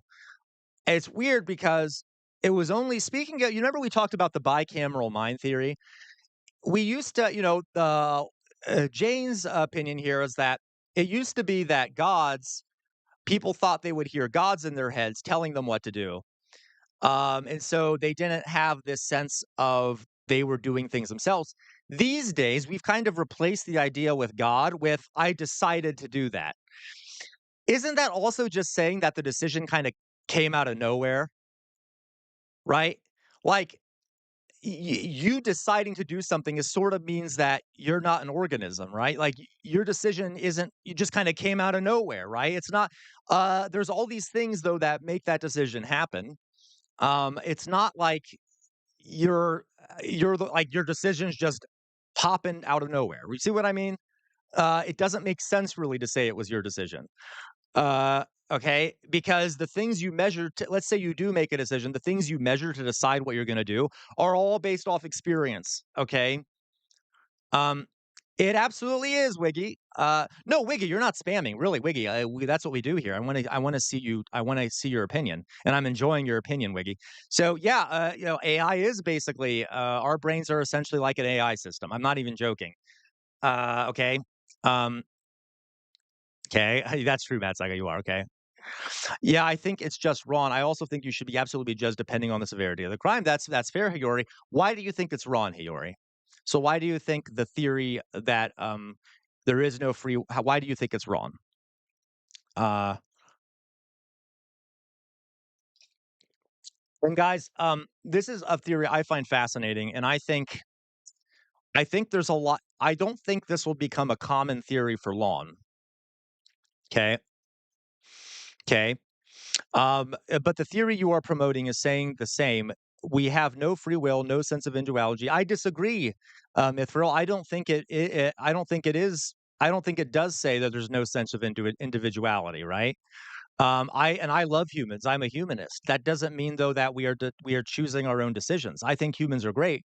I think a lot of times we make great decisions because we are pre-programmed to do so as a species, right?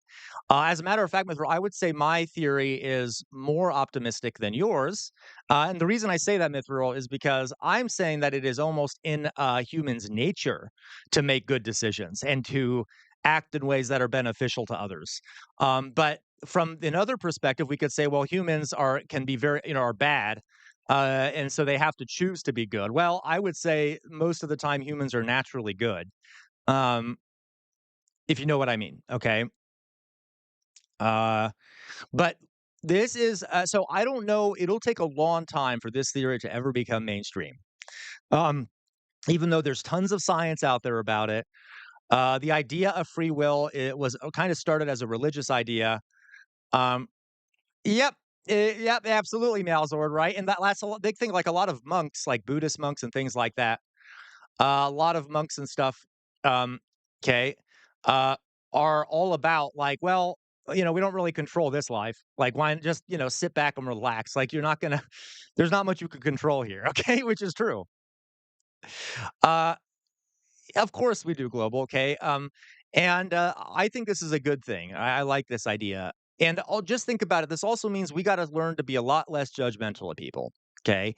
And it also means that we need to approach things differently because, folks, let's be honest. Right now, we don't approach things correctly. Like clearly, our system isn't working. Um, and at least in the United States. And maybe the start to thinking about things differently is acknowledging that people have less control over their actions than we think they do. Hiyori, it's wrong because it feels like this theory would normalize some bad things and just say that they had no control. Hey, I got you guys, but we remember human beings create morality, so we can decide what we think is moral or not moral. So just because people aren't really choosing their behavior they're doing, and by the way, it's still good to say it's still good. Um, okay, thank you, Wiggy. Thank you. I would say, folks, that. Um, it's still good to demonize certain behaviors because that would be an extra pressure on people. Uh, that would be an extra pressure on people to act in the correct way. So if we view it that way, we can still influence people's behavior to do better things because we can affect the environment that cause people to make certain actions, right? That does not mean we're going to excuse that sort of behavior. Okay. Um, you see what I mean?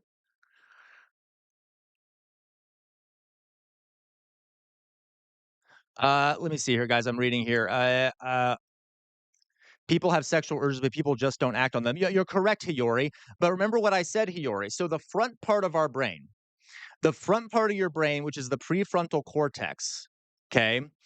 The prefrontal cortex affects our ability to control people's behavior, control our own behavior. Some people have much less control over their behavior because they have a damaged prefrontal cortex. So some people will have trouble controlling their sexual behavior. We've actually seen this. There was a guy, and I can't remember his name, so forgive me for this. He had a damaged prefrontal cortex, and like a rod went through it. And for the rest of his life, he became kind of a really unpleasant guy. He was constantly engaging in ridiculous sex acts, assaulting people, couldn't keep his mouth shut because he had zero control over his behavior because his prefrontal cortex was damaged. So for the people who are unable to control thank you, Phineas Gage. For the people who could not cannot control their behavior, they almost always have something that is affecting their prefrontal cortex. So does that mean it's that person's fault that they could not control that behavior if they had a damaged prefrontal cortex? Okay, did you see what I mean? Um,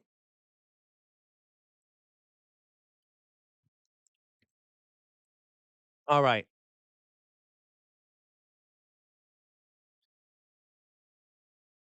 Okay. And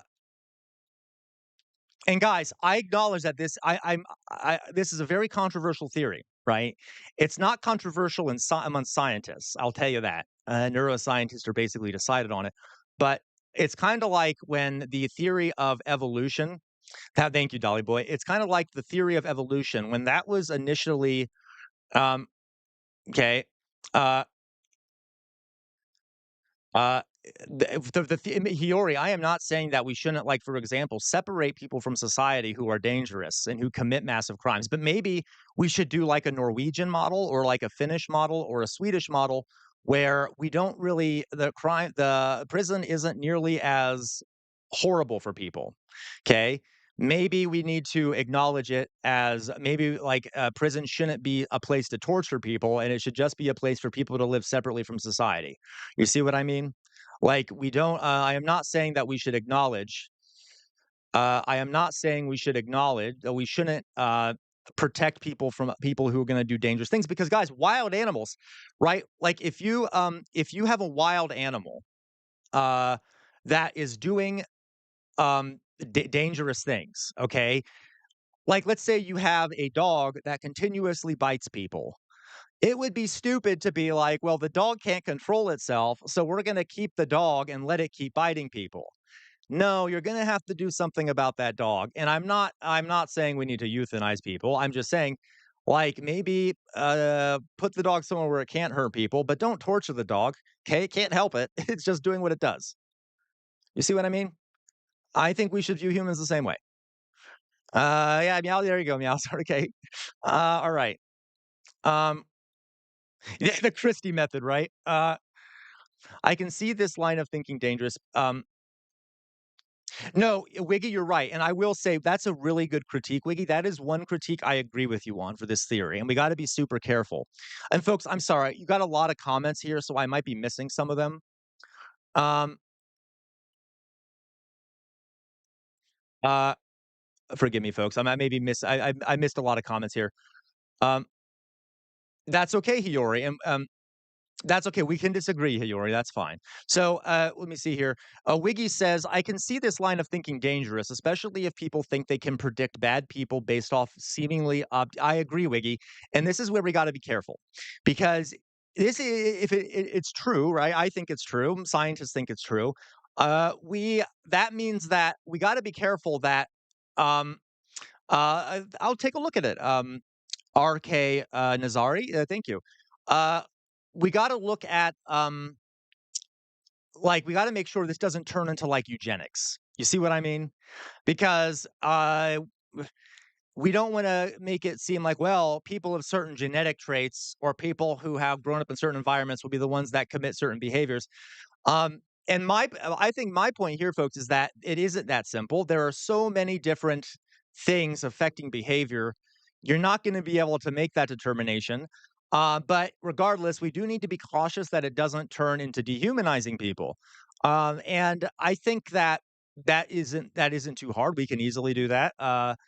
If we make the system more humane, okay, I have not Gramscian, but I will eventually, because I think it's super interesting. Okay, uh, all right, you guys. So that I just wanted to talk about that. I don't think free will exists, and it has. Folks.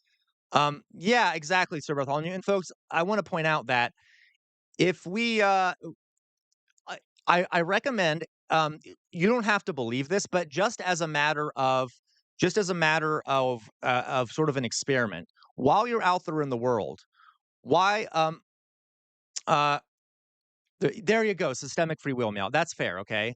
Um, Thank you, Okay, Matt Saigai, what color would you like? What color would you like for the next nail?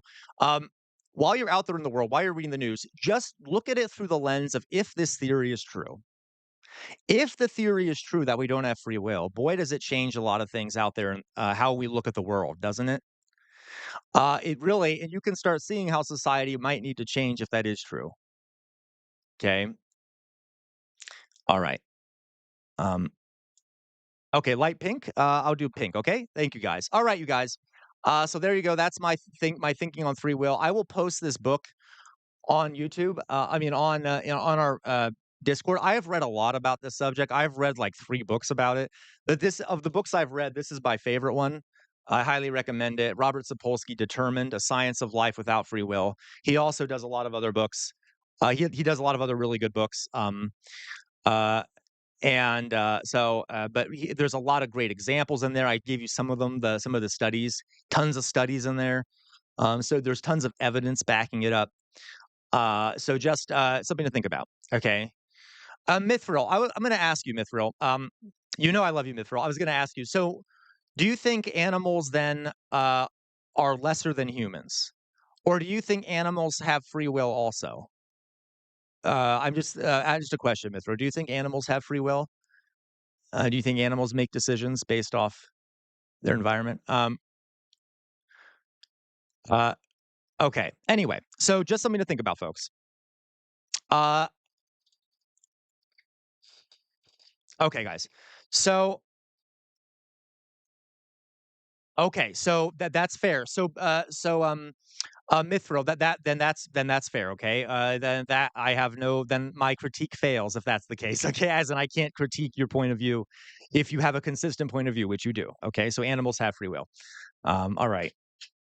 So if that's the case, Mithril, I'm going to punish any dog that bites me. Okay, because they're making the decision to do that. Okay. Okay. So guys, all right. So just something to think about. Uh,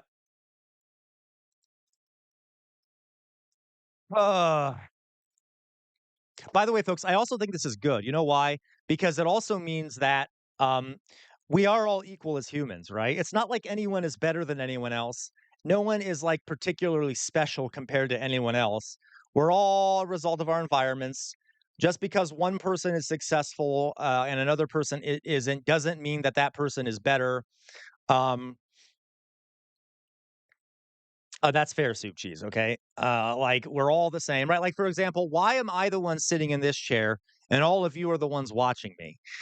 It's not because somehow I am better than you, right? It's just a bunch of environmental factors, okay? It's not like and by the way, I'm not like anyway, you see what I'm not I that probably wasn't a good example, but you see what I mean? It's not like for example, okay, no, right? I've had experiences in my past. I grew up in a middle class home. It had access to good resources, which allowed me to get an education.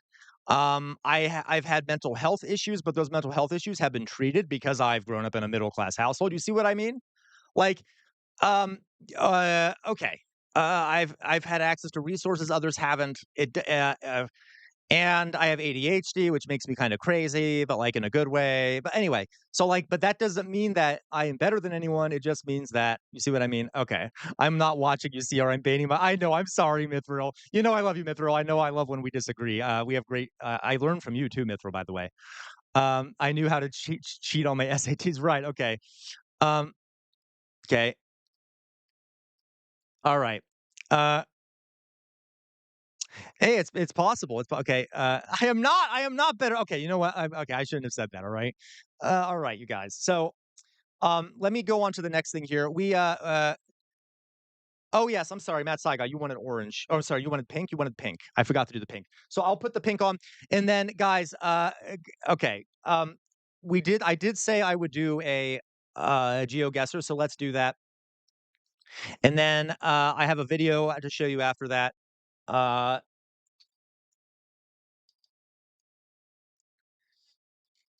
Yeah, partially, Malazord, partially, right? Well, actually, Malazord, you're not okay. I know. I think you're partially joking, but um, Meowsword says, "See, folks, the jester archetype is just a consequence of growing up in middle class Ohio." Partially, Meowsword, right? Like I grew up as a gay man in middle class, boring Ohio, where authority was always viewed as boring to me, where I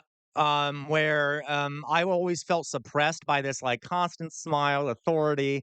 Don't step outside of the box. Be like everyone else. La da da da da. Okay. Difference isn't tolerated. And that kind of drove me to love the idea of jesters because they were these rebels who kind of were outsiders who were constantly questioning people. You see what I mean? Um, Maybe it is soup cheese, but you can't blame me for that soup cheese. I don't have free will. It's not my fault that that's a kink of mine. Okay, just kidding. Okay, anyway. All right. Uh, all right, you guys. So let me go on here now. Okay, let me go. Let's do GeoGuessr, shall we? Guesser.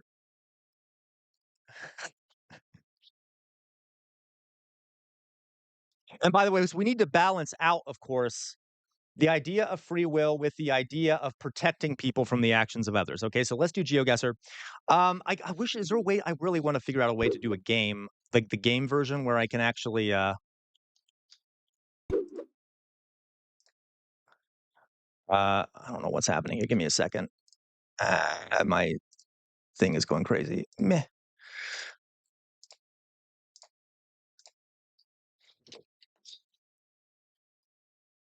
All right.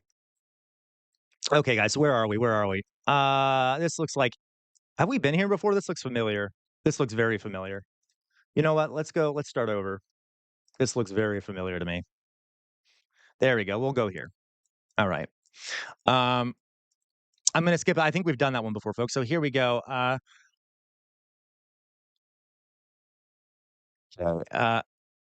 right, you guys.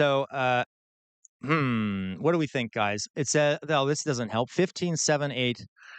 I know Met Cycle. We've already been to that place. I recognize the road, so I tried to find a place we haven't been. 15. I automatically knew it was India. Okay, so what do we think here, folks? This looks like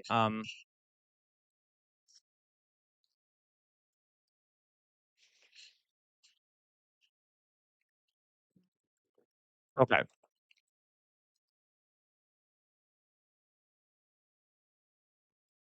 Yeah, Northern Europe. You think, Wiggy?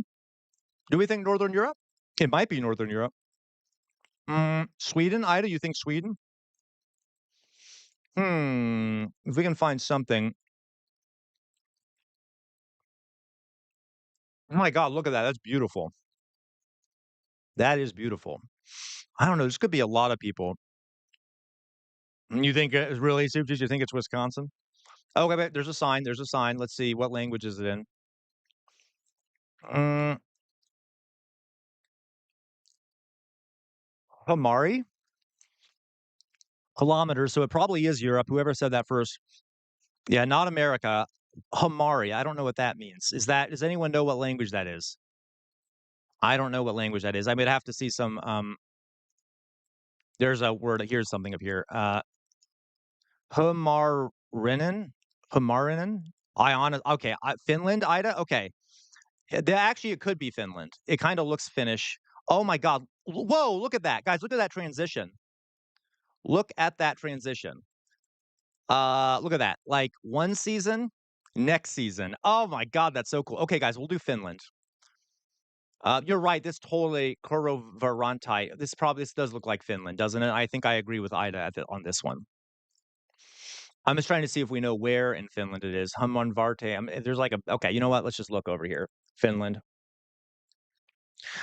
The winter. Oh my God, I love the winter campaign. Yeah, or the winter war. Okay.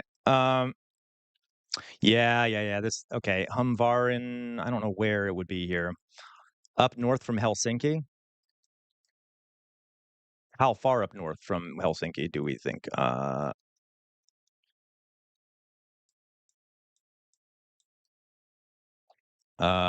Hmm. Humvarin. God, it could be anywhere. Um. Yeah, they're right, Wiggy. All of Finland is north. That's true.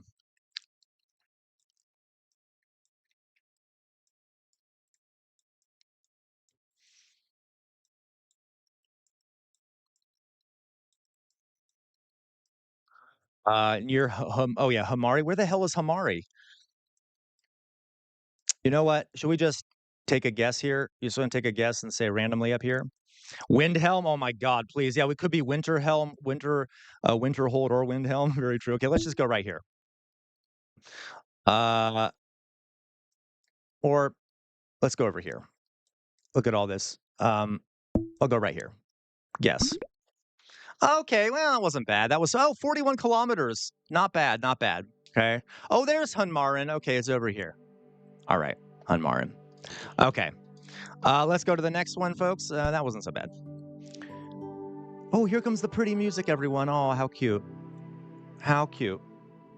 So,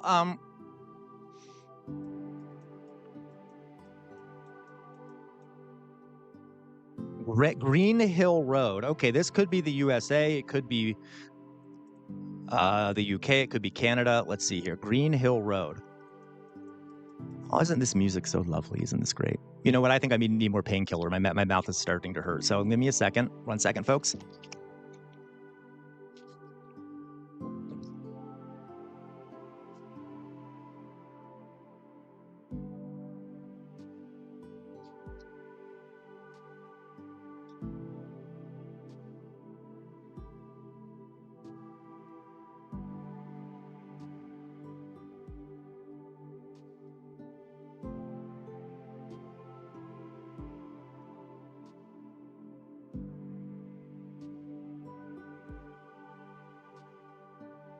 All right.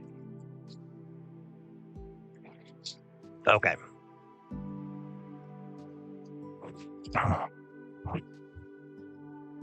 Boop.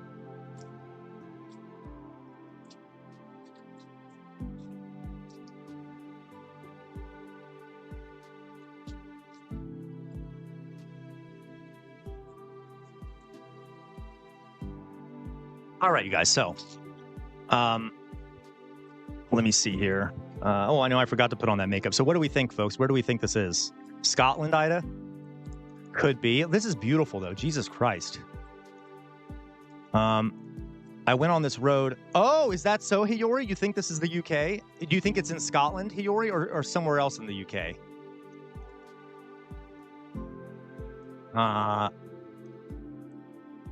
Leeds has a Green Hill Road. Okay, let's yeah, because it looks like a lot of well, this looks like it's nearing very high north. I wish we could. Come on. All right, here we go. See, this looks like America, though, doesn't it? Like that house looks American.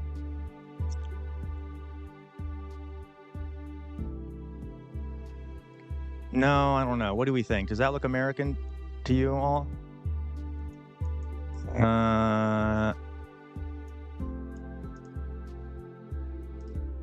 What do we think? Virginia? See, that quilt thing makes it scream America to me.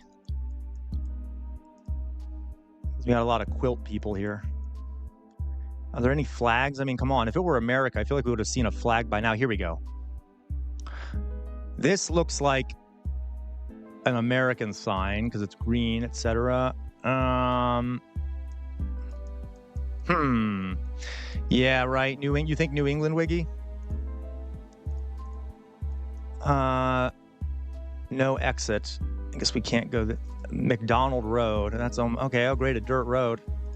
Okay, I'll go back up here. I just want to see if there's. I need some more evidence here. This is insane. This is not helpful. There's a sign. Let's go up to there. Global as a communist.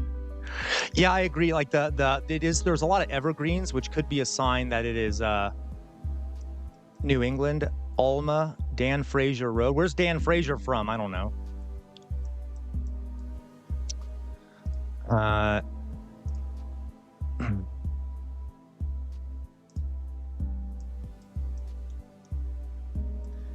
I don't know, guys. I don't think it might be New England, but it is kind of mountainy, or it is hilly, so it could be New England. What's that?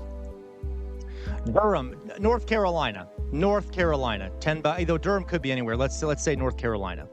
North Carolina. Durham, North Carolina. Durham. Boop. Let's just go there. Guess. Damn it, I should have listened to all of you. Okay. God damn it. It was actually Canada, first of all. First of all, it was Canada. It wasn't America. And it was New Brunswick, or Nova Scotia, excuse me. God damn it. Okay, well, whatever. Okay, moving on. Let's go to the next one. Oh, Jesus Christ. Oh, my God. You've got to be kidding me. Ugh. So much nature. I feel gross. Okay, see ya, Sir Bartholomew. It may have been Meowsor. This one we haven't seen, though. Carti. Okay, this is definitely... this might be Carti Panjandi. I'm not sure. Is this India? These evergreens, though, are kind of... I don't know. Oh, my God, look at that. It's an ocean of some sort, or it could be... What is that word? Carti Panga? Like, are we... Is this... It might be Turkey, or...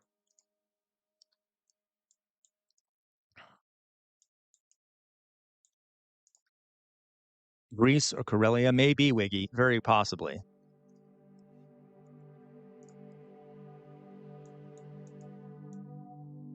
Balkan, Russia? Maybe. God, I hope it's not Russia, Mithril, because Jesus Christ, then it'll be hard to determine.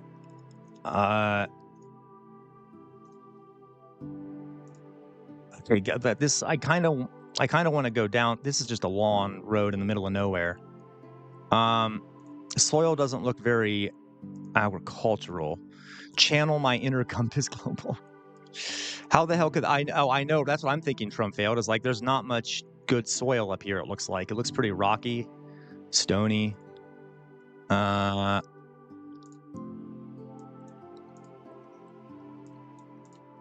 are we just gonna travel forever down this road? Oh my goodness. Okay, Jesus, this is not.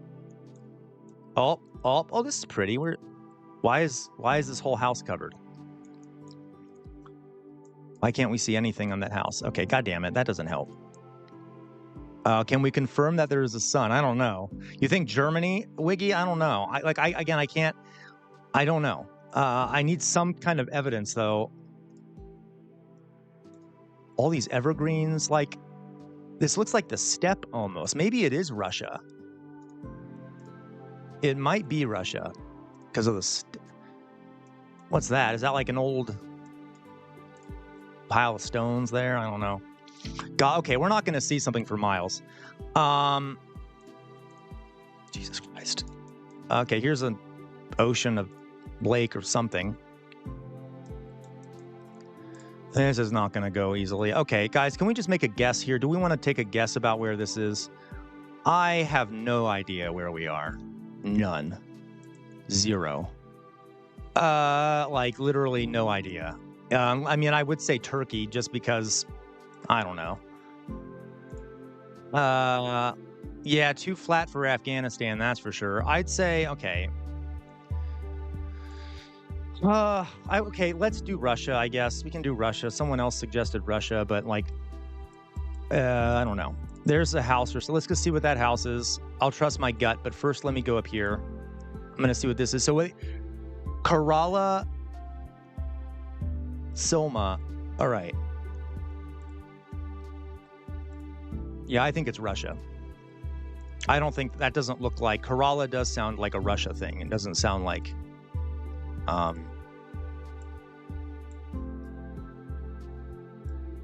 sorry, let me just see these houses. Yeah, it does kind of feel like the Northern Sea here. Oh no. Jesus Christ. I don't know. You know what? It might be Finland again, actually. I think it's Finland. Again. So I think this might be... No, I don't want that. Where is it? Isn't this Karela Pier? Karelia. You think Baltic? I'm gonna try. Okay, I'm gonna go crazy here. I'm gonna try up here. Okay, we'll see. I might be wrong, but it is near water, so I don't know. Damn it! Oh my God! It was it Estonia? It was Estonia. I should have listened to Meowzord. Jesus Christ! Okay, I am not doing well today. Okay, next one. Okay. I swear we've seen this one before, right? This looks like Russia or Ukraine.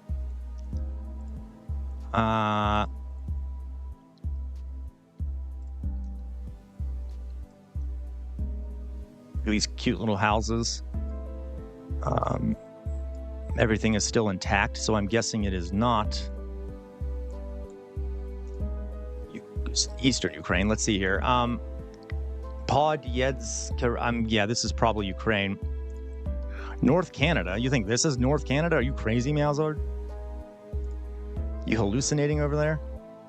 Okay. Go back to the tractor you said. Oh. Yeah, that's either Russia or Ukraine. Look at that. Look at that language. Now we just need to figure out which one it is.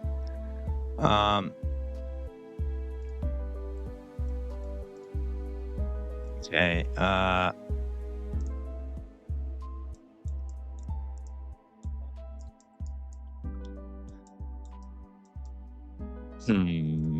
Okay, you see the dark soil here? I'm thinking Ukraine. This looks like, look how dark that soil is. Remember we talked about how some of the most fertile black soil is in Ukraine? It's also in Russia. But that double Y makes me think Ukraine. You think Kazakhstan? Look at that. I think this is Ukraine. Somewhere in the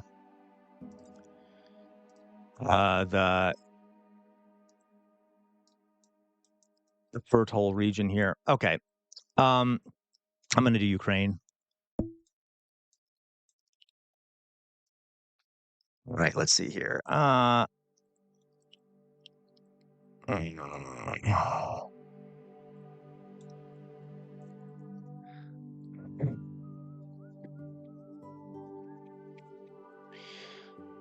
Let's see here. Let's just try. Yeah, okay. Let's just try. I feel like I'm going to embarrass myself today. Okay, let's just try. I'm just going to try over here somewhere. Let's go try it right there. Guess. God damn it. Oh my God, I'm doing horribly today. I was totally wrong. It was Russia and Kazan. Ugh, okay. Jesus Christ. All right, whatever. Jesus Christ. Okay, let's see. Where are we now? Hollow E3. Oh my God, so many rural ones. So many rural ones. All right. Yeah. I was in the right area, though, when it came to soil, because Kazan also has the black soil. Let's see here, but I just need to... EW25. EW25. Tornado. It could be Wiggy. This could be Tornado Alley. This literally could be Midwest U.S., Kansas or some shit. By the way, if you ever go to Kansas, folks, every goddamn town has a sign that claims to be the home of Dorothy. I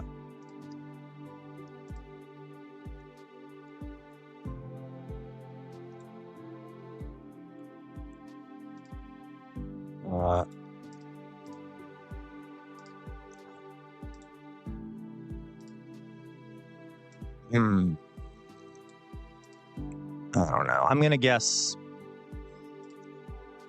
You know what? Do we think we should just guess? Does this mean Nebraska, NB, NS? I don't know. Let's just, let's try Nebraska. Let's try Nebraska. Nebraska, kind of the shitty part of Nebraska, which, anyway. Okay, let's just try right in the middle of Nebraska. Hey, oh, it was Oklahoma. God damn it. Well, actually, we weren't that far. We were just 500 kilometers off. God, guys, I am screwing it up today. Let's go to the next one here.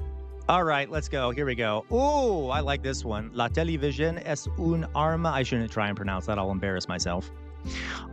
So this is clearly a Spanish-speaking place, Cordoba. Oh, you know where I think we are? I think we're in Spain.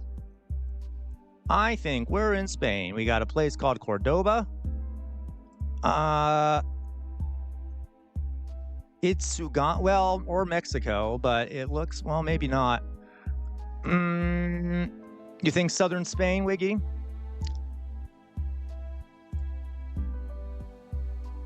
It's Sugan. Okay, we need some sign here. I don't know. It kind of looks more.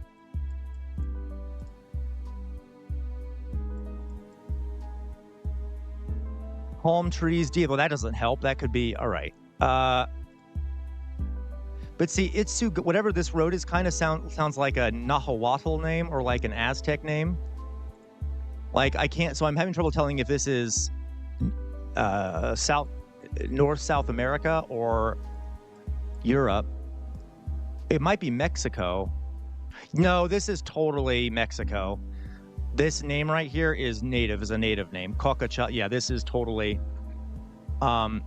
This is that's a native sort of name there. Gonzalana. Okay, I could be wrong, but it looks like it to me. I just need a flag. Come on, is there any pride here? Come on. Put up a flag for God's sake. I love nationalism when it suits me. Okay, but like this is not okay. Alfonsina. Okay, so okay. I passed the taki. That sounds delicious, by the way. Okay.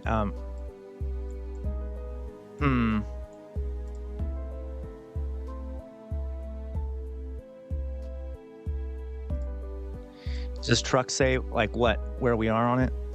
God damn it. What does that say?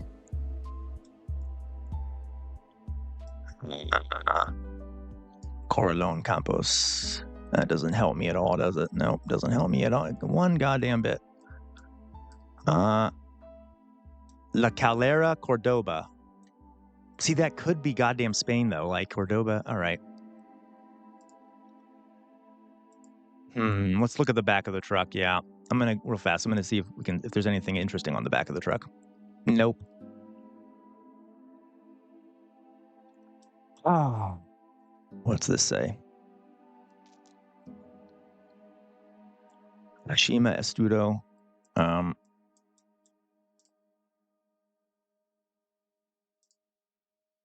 don't know. Do we, Matt Saga? Do we think so? Is Wiggy right, or you think Argentina? Victoria, you think Argentina?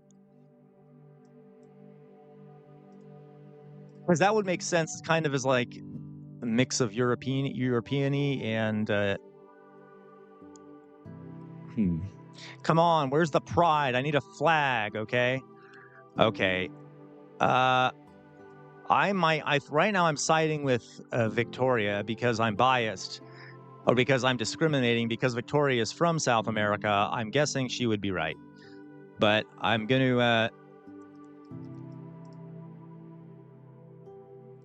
Okay, this is not helping me much though. Is there a Cordoba in Argentina? Because that's where we are. We're in a place called Cordoba. Okay, let's see if we can find a Cordoba in Argentina. Yeah, it's a liberal hellhole. No flags or anything. God. What are they, communists? Looks like we need to overthrow this government too. That's a really dark joke, by the way. Okay. All right, let's see here. Cordoba, Argentina. Okay, let's look then. Where is Cordoba? There it is. Oh, I see. So there actually is a Cordoba. Let's just go there. Guess. Hey, la la la la la la la la la. Okay, excellent. This is great. This is the closest we've gotten. This is only 13 kilometers out. Joy. Thank you, Victoria.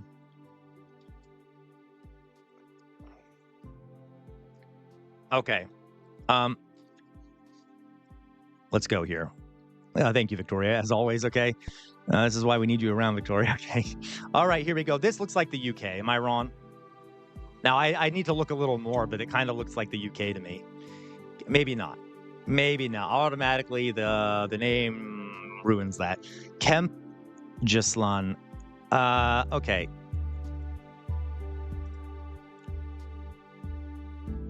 Okay. Doesn't it look UK coded? But like the name, yeah, this is not the UK though. This is, oh my God, is this again Islan? This could be Norway. I mean, not Norway. This could be Norway. This could be Norway. This could be the Netherlands. Is it Dutch, Wiggy? Okay, because if this could be Norway. I mean, this could be the Netherlands. Forgive me. Yeah, no, this is totally the Netherlands because Hoek, Hoek, very Dutch. So where though are we in the Netherlands? Even though it's not a terribly large country, look how happy they are here, though, folks. God, we need to bring them some American freedom. Look at this. They're so oppressed by all the public transit and all the free health care. Look, all these children probably being paid for by the state to be taught and educated and cared for. Oh, communist hellhole here in the Netherlands. Okay.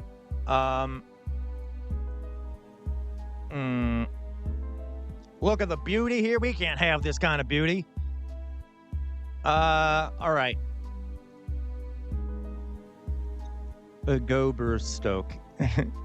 Is that a real place, Mauser? I mean, I've been to the Netherlands. I haven't traveled widely there though. I've only been to Middelburg. Spoorzicht. Okay. Look at this. Look at this little community. Isn't this adorable? Isn't this adorable? Okay, I need some sort of indication of where we are in the Netherlands, okay? Boking Vang. Oh, wait, what's that? What's that? I saw the flag. The first little bit of nationalism I've seen. I suddenly feel at home. Was it an American flag? Yeah, I hope it was an American flag. Anyway, okay. I need to spread American values everywhere. Oh, I got you. Okay. Okay. What do we think here? Look at all this solar panels. These libs, goddamn libs, and their solar panels, and the other stuff they have that make the world better, etc. We can't have that here in America. America, we got good coal-fired. Got good coal-fired energy here. All right.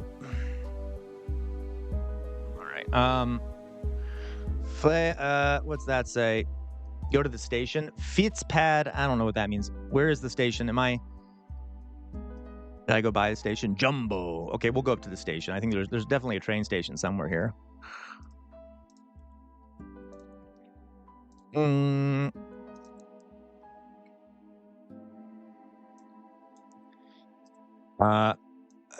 Right, Jonas? Okay, yeah. All these Muslims taking over look at all these mosques everywhere, Jonas. All right. Okay. So on the right, but the way back, damn it. Okay, I gotta go back.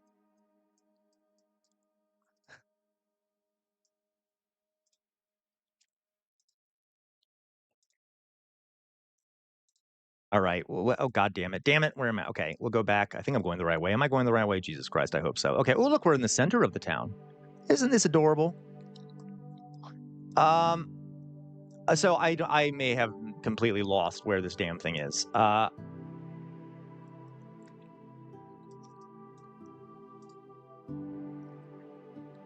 don't know where the damn... Okay, could you remind me, where is the station? Is it back here further?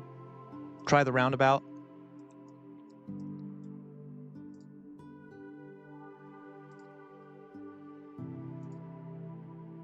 I've lost completely where I am. I'm sorry. Maybe it's the medication kicking in. I don't have any free will. This is not my fault at all. I blame everyone else. Okay, Deep Arbor. Well, you can tell what that is. I can drop a pin? I can? Oh. Where is the station? Am I missing it? You know what? We're just gonna take a guess. Okay, we're just gonna take a guess. We're just gonna take a guess. Okay, we're going to just guess that this is... What's this? What does it say? Aquarium Specializique. Okay. These god-awful communists and their aquariums and shit. Okay, all right, let's go here. Let's just go to, okay, Alkmaar, Harman, Bertfurker. We'll just put it right in the middle. I mean, it's not a big country. I mean, how off could we be? Yeah, we were fine. We were only 28. We were only 28 kilometers away. See, that's good. The actual place was Frankonen. I'm not sure. Forgive me. Ede. Okay, great fun. Okay, next. Ooh, India. I think this is India. Is this India? Do we think this is India? I think this is India. Okay. Let me take a drink. I could be wrong. I just immediately saw. Yeah, look at all. Yeah, this is definitely India. Or is it Pakistan? Or is it Pakistan? Look at this. Look at that. It's a mosque. Is that a mosque? I don't know. Go into a store. Look at a store. What do we think, Matt Saigai? Is this India? Oh, this is cute. India, or it could be Bangladesh too. Yeah, it might be Sri Lanka. Is this It's India, Matt Saigai. Okay, Saul English, Def UK.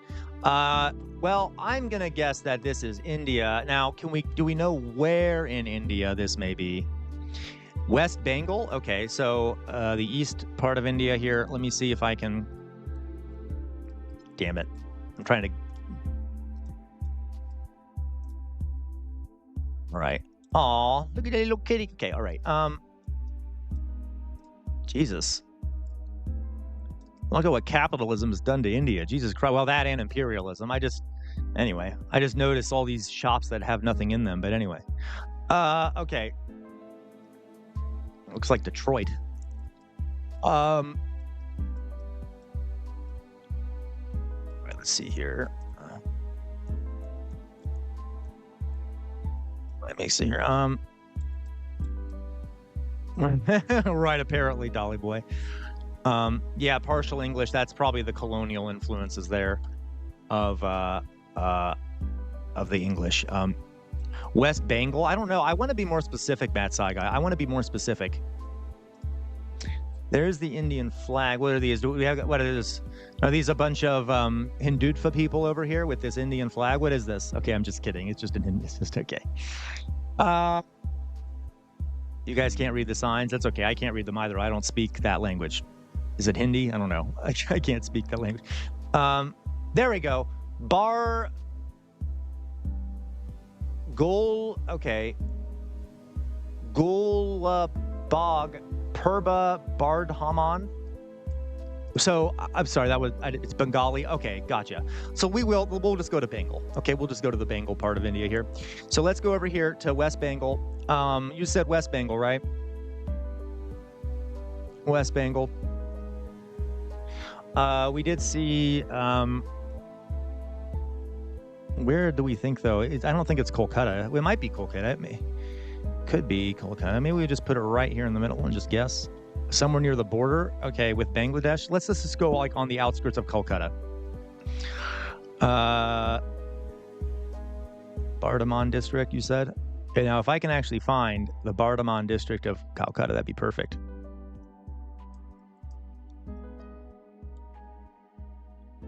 Okay, we'll just guess here. Guess. Hey, we weren't that. Oh, they're Bardhaman. Okay, that wasn't so bad. We were only about 95. Only about 95 kilometers away, or 85 kilometers. That's not so bad. Next. This is fun. I'm addicted now. Oh, wow. I feel like we've already...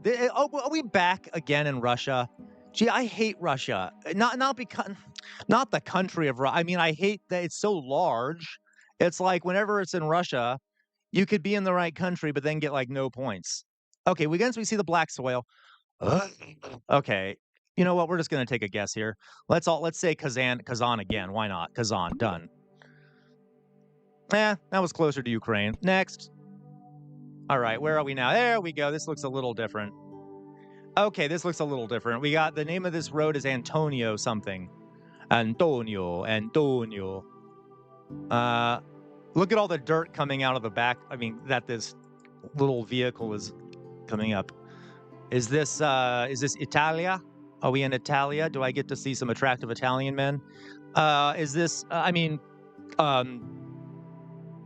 mind. All right. Remember folks, I don't have free will. I can't control myself. Really, it's your fault, not mine. All right. What do we got? Let's see here. BMA. What is BMA? We think it's Brazil. Could be BMA. Could be Brazil. Well, is BMA Victoria? Is BMA a common thing in Brazil? It is giving subtropical. Oh, is that true, Mithril? It could be southern France. It doesn't really look like well. Nicaraguan, you think, Jonas? It could be. Maranos. Okay. All right. We'll take a look at that. Is that what that symbolizes, Victoria? The BMA? This is pretty, though, I will say. Antonio Liel de Souza.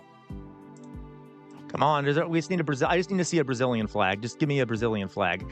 Pinto Jr. Rue Antonio. That does sound Portuguese. Let me find. All right. Can we go visit Bolsonaro in prison? That would be so fun. If we could just see him and then laugh at him and throw tomatoes at him. Anyway, wouldn't that be funny if that was one of the options? They dropped you right next to the prison where. Anyway, yeah, this is totally so. But where are we though? Where are we in Brazil? I know you said Maranhão State. Forgive me, I know I can't pronounce it.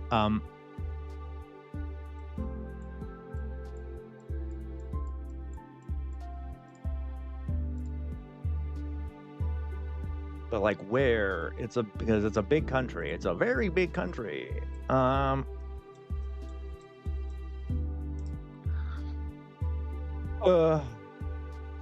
Fazan. Okay.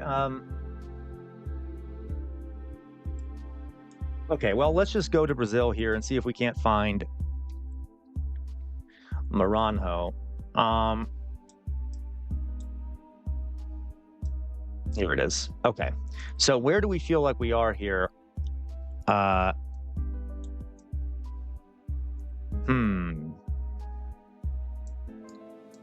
just trying to see any sign of where we are in Maraharo. Not near the rainforest. Well, it is kind of rainforesty though, isn't it? State of oof. Okay. This could be anywhere. It's such a big country.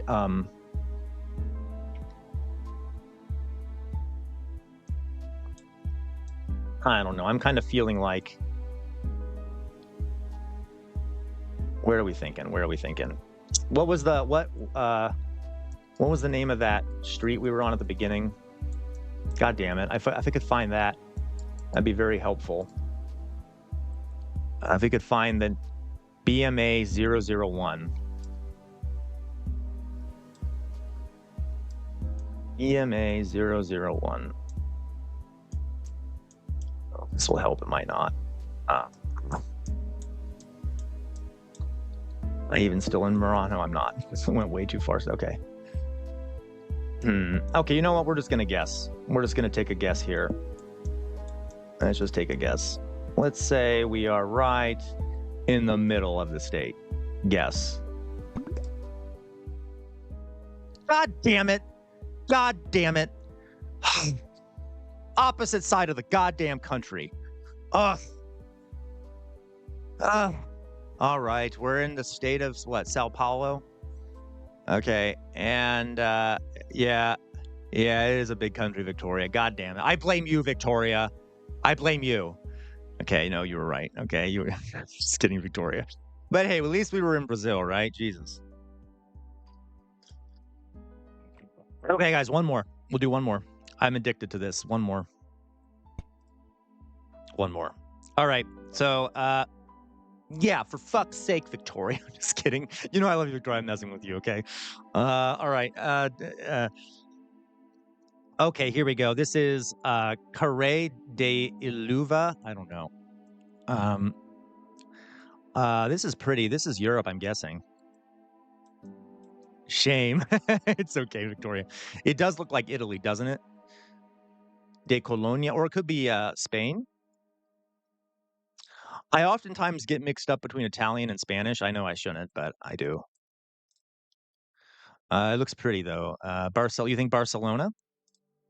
You know what? It does kind of have that Barcelona setup, Victoria. I will tell you that. It looks kind of like these beautiful streets with all this walking area. Barcelona, one of my favorite cities in the world. I've never been, but I really want to, even though it's one of my favorite cities. Though they don't really like having tourists there now.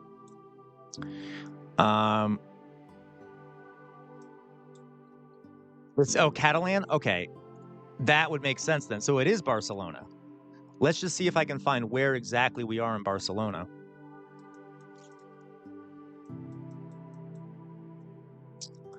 Barcelona, by the way, beautiful city. Beautiful city. Very human friendly. Very, Oh, Nico, we could do that. That'd be kind of fun to do a tier ranking of the U.S. presidents. I would love that. We could do that.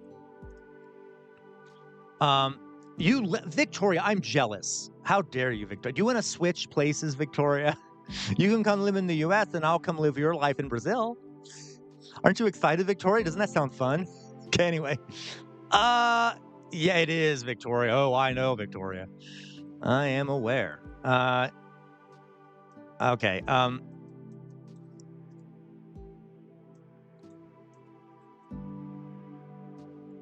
Based on what? What do you mean?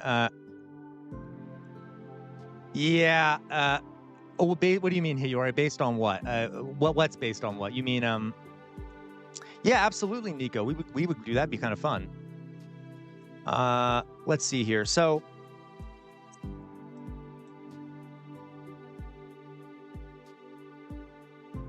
oh, look, it's a union, I think. I think that's a union. All right, so let's just go to Barcelona here. I believe it does look like Catalan and it does look like Barcelona. I'm going to go to Barcelona for the sake of easy time.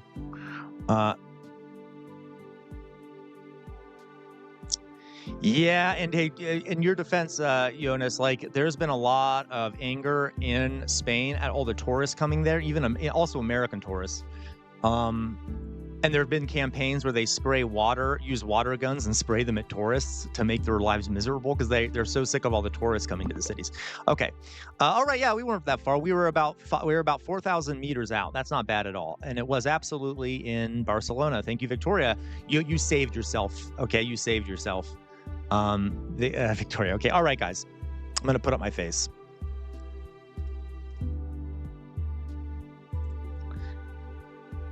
Oh, all right. You know what, guys? Thank you, Dolly Boy. Let's do one last thing here, and then I'm going to get off. I know I've been on for a while, but I'm feeling doing one last thing here. So I have a video I wanted to show all of you and just talk about it. What are the three branches? This video is by PBS. It is called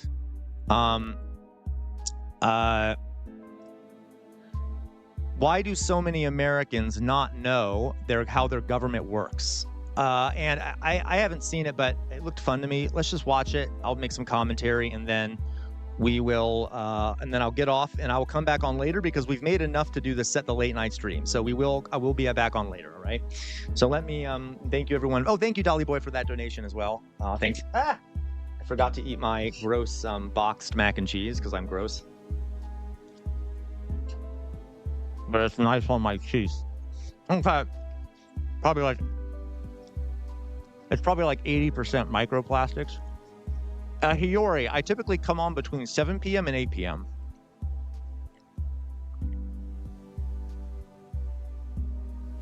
Okay, let's watch, shall we? Last we're gonna do. What are the three branches of government? Legislative, executive, and... What did I do, Matt Congress, Sagai? the What did I Senate, do? and the other one. How many Supreme Court justices are there? Ooh, Oops, I can't hear it. 6, 7, 6 or 7. Oh, I'm sorry, Can you Hillary. name your U.S. senators? Okay, here we go. Legislative, executive, and... Congress, the Senate, and the other one. How many Supreme Court justices are there? Ooh, 6, 7, 6 or 7. Can you name your U.S. senators? I'm gonna start What it are the over. three branches of government? Legislative, executive, and... Congress, the Senate, and the other one. How many Supreme Court justices are there? Ooh, 7 to 8, Dolly Boy. 6, 7, 6 or 7. Can you name your U.S. senators?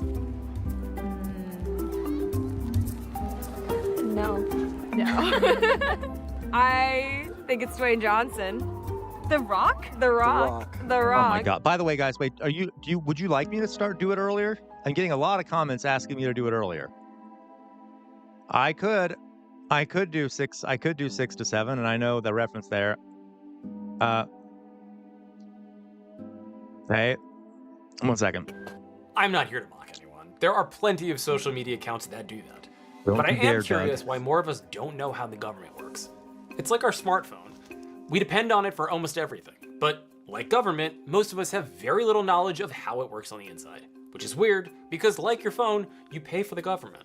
So why don't more of us... Hello, Son Singer. Welcome to the chat. What are you referring to, Son Singer? You said hopefully we can end the drug war once and for all. What are you referring to, Son Singer? Glad to see you here, Son Singer. know more about the government? We'll try to answer that question and speak with experts who could point us in the direction of how to be more informed citizens. I'm Ben Sheehan, and this is Civics Made Easy. The problem. In 2024, according to the University of Pennsylvania, most adults can name only one First Amendment right, which is, how should I say this? That's embarrassing. That's embarrassing. Not good. Also, half of all adults don't know. Matt Saigai, let me approach this the way I need to do this, okay? Yeah, you're right, Sonsinger. So Sonsinger, it looks like Trump is going to move in on Venezuela. So Sonsinger, you think that will end the drug war? You think attacking Venezuela will end the drug war? I mean, wow, I didn't know that only Venezuela was engaged in drug trafficking. If they are, they probably are in some way, but and I also don't think that chaos inside of a country will do anything to help the drug war. Or anything like that. So I don't know how that could possibly end the drug war at all. It's kind of crazy to think that, to be honest. But hey, anyway, just a thought. Which political party controls the House and the Senate? And for kids, according to the most recent national test scores for 8th graders, just 22% are proficient in civics, which is more or less how... Oh, that's fascinating, Sonsinger. So you think that the leader of Venezuela supporting the drug trade? That's interesting. That's very interesting. Okay. Well, all right. It's been for the last 25 years since testing began. This is a problem. So before we decide how to fix it, let's just establish what civics is. It's the study of how our government works at all levels and how we can affect it. It's how groups of people come together to solve common problems. It's information plus action. And it's understanding our founding documents, the Declaration of Independence, the Constitution, the Bill of Rights, and what they established. What should make us feel even guiltier is that the people who wrote... Yeah, so Sonsinger, he's avoiding the drug trade. Okay, I understand that, right? So here's the thing, Sonsinger, there's something called supply and demand. If there is a massive supply, demand for drugs, it doesn't matter what'll happen. A new drug organization will pop up after the first one is destroyed. It'll constantly be popping up. Okay. It'll constantly keep popping up. So by the way, the drug war failed in the United States, literally. That's why we still have a big drug problem. We've already done a drug war and it failed miserably. Because you can't destroy the drugs because it's an issue of supply and demand. That's exactly what it is. And we have unlimited bombs. So what's your point? Sonsinger, another issue here You know what? You know what's also funny, Sonsinger, is that a lot of drugs come from the United States and go into places like Canada. So should Canada bomb the hell out of the United States? That would be justified, right? The other countries should bomb America because drugs come out of America too. Um, so I guess that would justify bombing the hell out of the United States and killing a bunch of civilians here as well. Um, in theory. Also, a lot of guns come out of the United States and go to other countries. I guess that would mean that it's okay for places like Mexico, which, by the way, our guns are a lot of the times the weapons used in drug cartels. Um, I am here. So I am using my brain. That's what I'm saying here. If we're saying it's okay to bomb the heck out of other countries, for the like an issue like the drug trade, then it should be okay for people to bomb us. Um, Sonsinger, isn't that funny, Sonsinger? How I'm the one dressed like the clown, but you're the one acting like one. So I mean, that's what's ironic about this situation to me, Sonsinger. Okay, I am not pro vaporizing anyone in an explosion. Um, and So just something to think about. And if you are, then that gives other people the right to bomb the United States for the same reason. So okay, all right. Um, okay, so in that case, Sonsinger, then Canada should be bombing the United States right now. Because because by the way, Venezuela does things about the drug trade. Mexico does things about the drug trade. They're limited on what they can do. Do you think it's legal to do the drug trade in Venezuela? It is not. Okay. All right. Um, Um, okay. That I mean, right. So you think it's justified then to bomb Venezuela? All right. Well, I don't even know why I'm arguing with you because there's clearly not a. I'm embarrassed for you. That's why I'm kind of pausing here. Because I know this is a very embarrassed. Like my community is going to think that you're hilarious. Anyway, that's okay. We'll keep watching the video. These documents wanted us to understand them. George Washington asked Congress to create a national university to teach everyone how the government works, but Congress didn't. But today, the federal government spends 100 times less money per student on civics than on STEM. And right now, only 7 states require at least a year of civics or government education at some point between kindergarten and 12th grade. That's bad, and it wasn't always like this. After World War II, we had a golden age in government education. Classes like civics, American government, U.S. history. This is true. We used to be at one of like the #1 countries in education. Definitely not anymore, though. Definitely not anymore. History and foundations of democracy were everywhere. But in the 1970s, these classes began to disappear. And in the 21st century, thanks to policies like No Child Left Behind, Common Core, Every Student Succeeds, our schools have prioritized reading and math over basically everything else.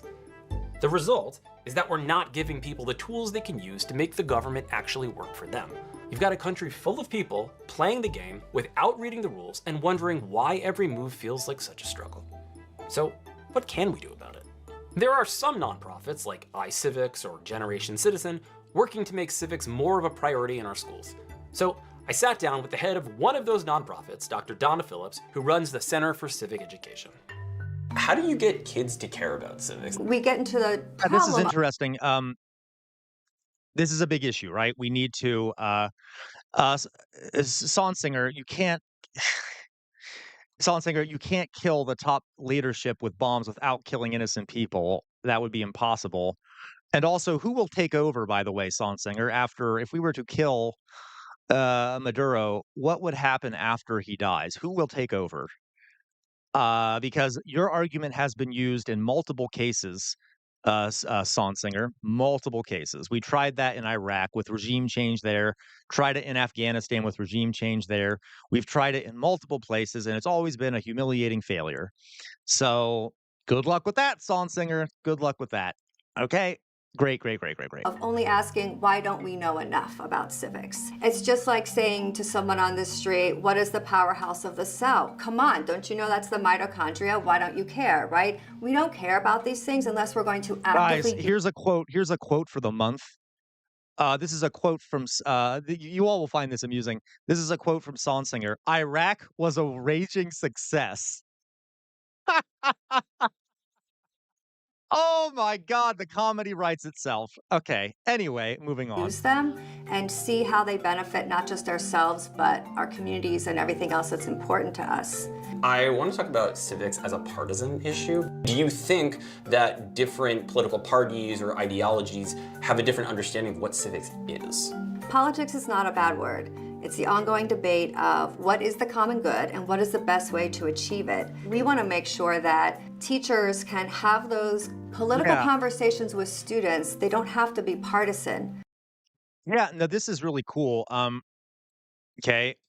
That's that's a very true point. Like, it's also hard to not be. It's hard to be not be partisan.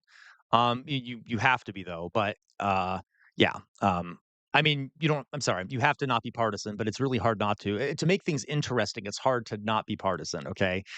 But that's you have to try and create a situation in the classroom where people can openly talk about their political views without and be respectful of each other. We need a shared understanding of our foundational history. I heard that one of the reasons that we started public education in the first place was to teach people civics. According to Thomas Jefferson, that's why a free public education is necessary to perpetuate a democracy. It's easy to That's learn true. That civics goes all the way back to the founding of the country. Okay. Let's see here. If this wasn't a draw, I think you should act differently so they can actually see. No, soup cheese. I don't know if you've been in here before, but that is how I act. That I opened the floor to a conversation, which is why I said, "Why do you think that way?" And then when I found out it was a troll, I changed my approach. But soup cheese, that is how I approach it. For those who know, whenever we have like someone in chat that is in disagreement with me, I will initially, I initially will try to change their point of view and do education, which is what I like to do. But if it becomes obvious that it's a troll, I then go into combat mode. Okay. But that's a good point, soup cheese. You all should hold me accountable to that too. Okay. An authoritarian government. You just learn what all the rules are and you don't break them. And you have no chance to change them. You don't have an active role. But democracy requires active citizenship, and it's when we are apathetic that our democracy does not work. So by not teaching civics, we're making our founders sad. Extremely sad. These efforts are great and needed, but also there are millions of adults who don't know this stuff, who aren't in school and are old enough to vote. How can we get them better educated? I wanted to talk with someone who's doing this already, really effectively. Sharon McMahon has a following of civics-curious adults in the millions, and she's also a former government teacher. Sharon, I'm very excited to talk to you. I've been a longtime fan of your work. How have you been able to get so many people to care about civics and government? I think it's a few things, but one of them is to make something accessible and understandable, but not act like people are 11 years old. I also think people respond That's true. Yeah, that's very true. to enthusiasm. When somebody's excited about something, that enthusiasm is contagious. Are there similarities in your approach to how you educate adults versus when you were teaching in the classroom? Absolutely. I'm using what I was doing in the classroom every day. And one of the tactics is asking people to think about things without telling them what to think. It's hard to have an informed opinion with no information. So That's very true. And that's one of the issues. This is why I have not met Sci Guy. Maybe I should. That's one of the issues when we were talking about free will and stuff, folks. Like, a lot of people just don't have informed information, right? So how could you make good decisions if you don't have the information? rather than telling you, here is what I think of politician A, B, or C, I can give you information and allow you to use that information to make informed decisions for yourself. I can't get this number out of my head that in the last several election cycles, 90 million people don't show up to vote. Yeah, I don't think it's that people don't believe that voting is important. Jesus Christ, Meowzord, what is that? I think they feel like their vote Yep, doesn't absolutely, Meowzord. matter. And When I went into oh, Brass Birds, you're 100% correct. Okay, welcome, by the way, to chat, Brass Birds. Brass Bird says, I don't understand how we have so much information, yet critical thinking is scarce. Yeah. Brass Birds, I think there's a number of reasons for this. I think one of them is that it's not being taught explicitly in a lot of schools. So our education system is failing in that regard. I also think that social media and other forms of information are structured in a way that makes it harder to engage in critical thinking. It's a lot of fast-paced bits of information that people don't really take time to think about critically. You see what I mean? There's lots of other reasons too, but it's a big issue, Brass. Yeah, it's a big issue, Brassbirds. But great comment there. Thank you, Brassbirds. When people feel that way, it's important to help them understand why they feel that way, to understand the systems that are in place that make Yeah, it you're so right, that Antifa, perhaps or they you're right, don't Doug. think Okay. their vote matters. Because in order to change the system for the better, so that everyone feels like their vote counts, you have to understand how the system works.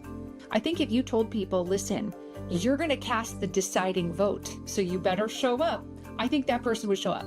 Do you think there are people in government who either benefit from Guys, I will say this is a great convo. There's actually been studies on what's called literally the word inoculating. I saw Matt Saigai said inculcated, but there's actually a word used in a lot of literature. It's called critical thinking inoculation, where you expose people in school. You expose them to fake information, fake articles, and things like that, and thereby you expose them to it, and then teach them how to identify it. And there have been multiple studies that show that teenagers exposed to false information in a school setting are much better at identifying false information in the future.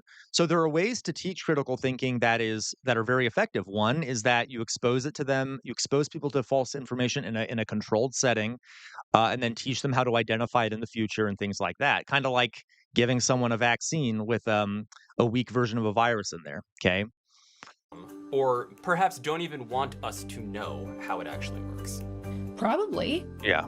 There's also people in government who don't know how it works themselves. It's true. There have been members of Congress who couldn't name the 3 branches of government. There probably are some That's true. people who benefit from an uneducated population. And the two of us are out here trying to make sure that that plan doesn't work out. Remember when I said that after World War II, we had this big burst of civics? Well, there you go, Brassbirds. The civil rights and Brassbirds, movement, in your defense, it happens to all of us, right? It absolutely happens. It happens to all of us. All right. 1960s would never have happened if ordinary citizens didn't know how to pressure the government. They used their First Amendment rights of free speech, protest, assembly, and petition to persuade Congress and the president to pass and sign the Civil Rights Act, which ended Jim Crow, and the Voting Rights Act, which expanded voting rights to every citizen in practice, not just on paper. Think about it. Between 1961 and 1971, we added 4 constitutional amendments.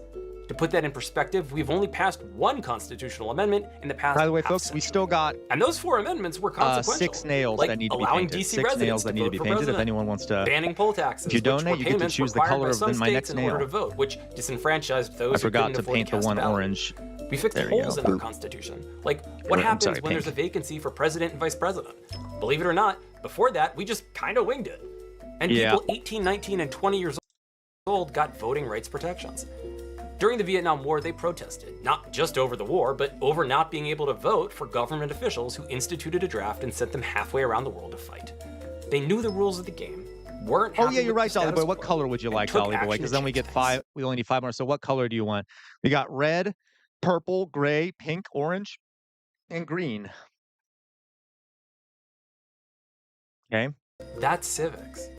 And this doesn't even include consequential Supreme Court decisions, which recognize things like privacy rights, personal freedoms, and the idea of one person, one vote, that people's That's how votes it looks should right now, count Dolly equally. Boy. You get the There's thumb. a You get the direct big line nail on the between thumb. civic education and Yeah. a government that more closely represents the will of the people. I think we need to bring that back. Okay, Dolly Boy. So, what can you do? Okay, we're going to get to this next part here. This is a really hard topic, folks. A lot of state curriculums are including critical thinking and media literacy in their curriculums, but that information is so okay. They're including them, but it's not on standardized testing. Okay, so critical thinking skills are not on standardized testing. So what do you think that leads to? That means it's de-emphasized by a lot of teachers, because most teachers are partially judged of how their students do on standardized testing. So they don't focus on the critical thinking. They focus on the other content that is on the tests, which is problematic. Okay. First, familiarize yourself with two documents, the US Constitution and your state's constitution. This will give you a really good idea of what your rights are, and you might be surprised by what is and isn't listed. Secondly, you should know who your government officials are at all levels, even if you don't like them. You'd be surprised by how few people actually do this. These officials work for you. You're their boss. In terms of keeping up with the news, I'm not going to tell you which national outlets to follow. But a good place to start with state and local news is to read and subscribe to the main news outlet in your state's capital city, which tends to cover state lawmakers, your governor, and your state's Supreme Court. You can do the same for the main news outlet in your county or city or town, and follow these outlets on social media. Finally, you can get involved with a group that's focused on a single issue you care about. Or if there isn't one, start your own. If you care about it, someone else probably does too. Whether you like it or not, this stuff affects you. The difference with knowing civics is, you then have the power to affect There you go, Matt Sci Guy. Perhaps the guy who wrote the Declaration of Independence said it best. I am not an advocate for frequent changes in laws and constitutions, but laws and institutions must go hand in hand with the progress of the human. Also, folks, so I've noticed a lot of folks just don't care. Like they just don't give a shit about about what the Constitution says or what the law says or anything. They're just like, I don't care. It's really interesting, and I'm not sure how to address it because I get the sentiment, as in like I know our system has a lot of problems and a lot of yeah, Jonas, the same thing in America. Okay, there's a lot of issues that need to be fixed, and it feels like there is it's like a bad thing. Okay, but that doesn't mean that there aren't parts of the Constitution that are pretty important to uphold. Literally, because a lot of the things that we have that are good come from that. You know, see what I mean? Yeah, the Constitution is your opinion, bro. Yeah, Meowsor, it drives me insane. So that is another issue. Is we also need people to care about what it says more. Anyway, I'm not sure what to do about that because I'm not like a raging nationalist here. As But that becomes more developed, more enlightened, as new discoveries are made, new truths discovered, and manners and opinions change, with there you the go, change of Dolly boy. circumstances, Purple. institutions must advance Right, also Meowsor. to keep pace with the times. We might as well require a man to wear still the coat which fitted him when a boy, as a civilized society, to remain ever under the Exactly, of Dolly their boy. barbarous ancestors. Or, in normal person speak, as circumstances change and new truths are discovered, our institutions should change along with them. Yeah. We're the ones who can make that change, but only if we Yep. work as a team. As always, my DMs are open for questions, and I'll do my best to respond. All right. I'm Ben Sheehan, and I hope you learned something. How many did I get wrong? Pretty good. Probably about 50. All right, you guys. So I just wanted to show that to you. I thought it was interesting. I'm gonna put my face back up now.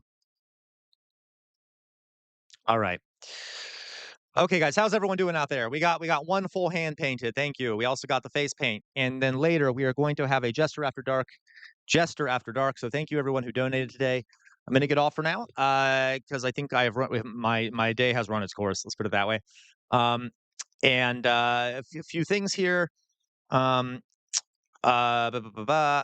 you everyone for allowing me to engage when people come into chat that we disagree with. I will. Oh, no problem, Brassbirds. Please stop by again. We'd love to have you here. You got a lot of great comments, Brassbirds. Okay, really. What was I going to say? Oh, yes. So we have. Thank you for letting me engage. People come into chat.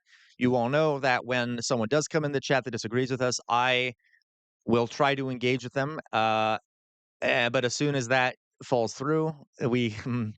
I take the gloves off regardless. Thank you for letting me engage and kind of letting me have a conversation. And then what else is there? I thought I was going to say some more stuff. Oh, that's a good idea, Meowsor. And as you can tell, Meowsor, I need to get better. Yeah, totally, Soup Cheese. I noticed that pretty quickly, Soup Cheese. Anyway, yeah, okay. Meowsor, yeah, so I like the idea of a collaborative presentation too. If I need to figure out, you notice I still need to figure out how to use this thing pretty well. I was having some issues with a few things, but I need to learn how to use it better. It might be I need a bigger one because this is so small. I had trouble keeping it, anyway, we'll figure it out, but it'd be cool to do a collaborative presentation. Um, do you mean, Mauser, like someone else does writes the presentation while I stream, or do you mean that we all write on it together? That'd be kind of fun too. All right. What else is there? Um, I do, Mauser, and I definitely need a new motherboard. I'm trying to figure out when to get it. I might just want to get a new computer because I'm using a laptop and I really want a desktop that's more powerful than the one I have now. So I'm kind of debating, like my head is stuck in, do I want to spend money on the motherboard or do I just want to go all in and get a new one? I'll figure it out. Okay. You're right, Brass Birds. You're totally right. And I need to look into it. I'm near a micro center, so you think so, Brass Birds? Okay. Uh, yeah, I agree. But you're writing it out and talking with the chat about. I totally agree, Mauser. I love it. I had fun doing it. I just need to be better at using it. Okay, so uh, what else was I going to say? So there's that. Um, Power spec. Okay, Brass Bird. I'll definitely take a look at that. If you guys notice, I have changed the video so it looks a bit better. Hopefully on your end, I kind of changed some of the settings for the video. I'm getting better at doing this. I'm still learning stuff though. Okay. Um, I also set up my lighting so it's better, which is nice. Okay. All right. Okay, last thing here. Remember, I will be streaming tonight between 7 p.m. and 8 p.m. Or at least I will start streaming sometime after 7 p.m., probably closer to 7 p.m. We'll have a Jester After Dark stream because we got enough money for that. We'll be listening to music together. Maybe we'll watch some comedy things, maybe do something else. We do fun stuff then, some interesting random stuff. We do stuff I can't do on the YouTube stream for copyright purposes and things like that. So please stop by for that if you'd like. And okay, last bit here. Everyone ready for this? Everyone ready? Everyone ready?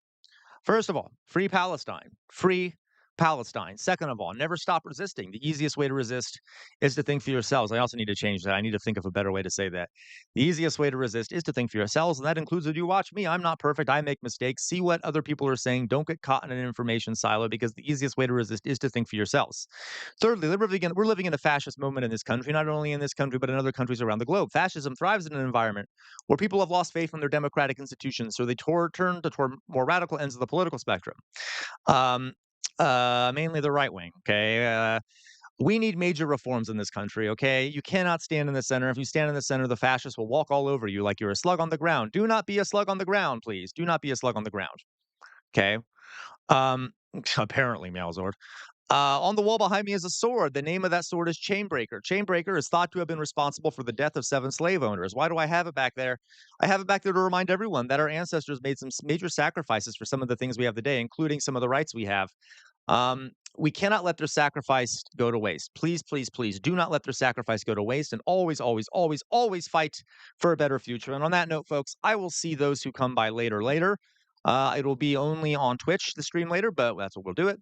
I love you all very much. Thank you all for watching. Thank you for everyone who contributed. And free Luigi, right? Brass Birds totally agree. All right. Bye-bye, folks. Love you all. Bye-bye.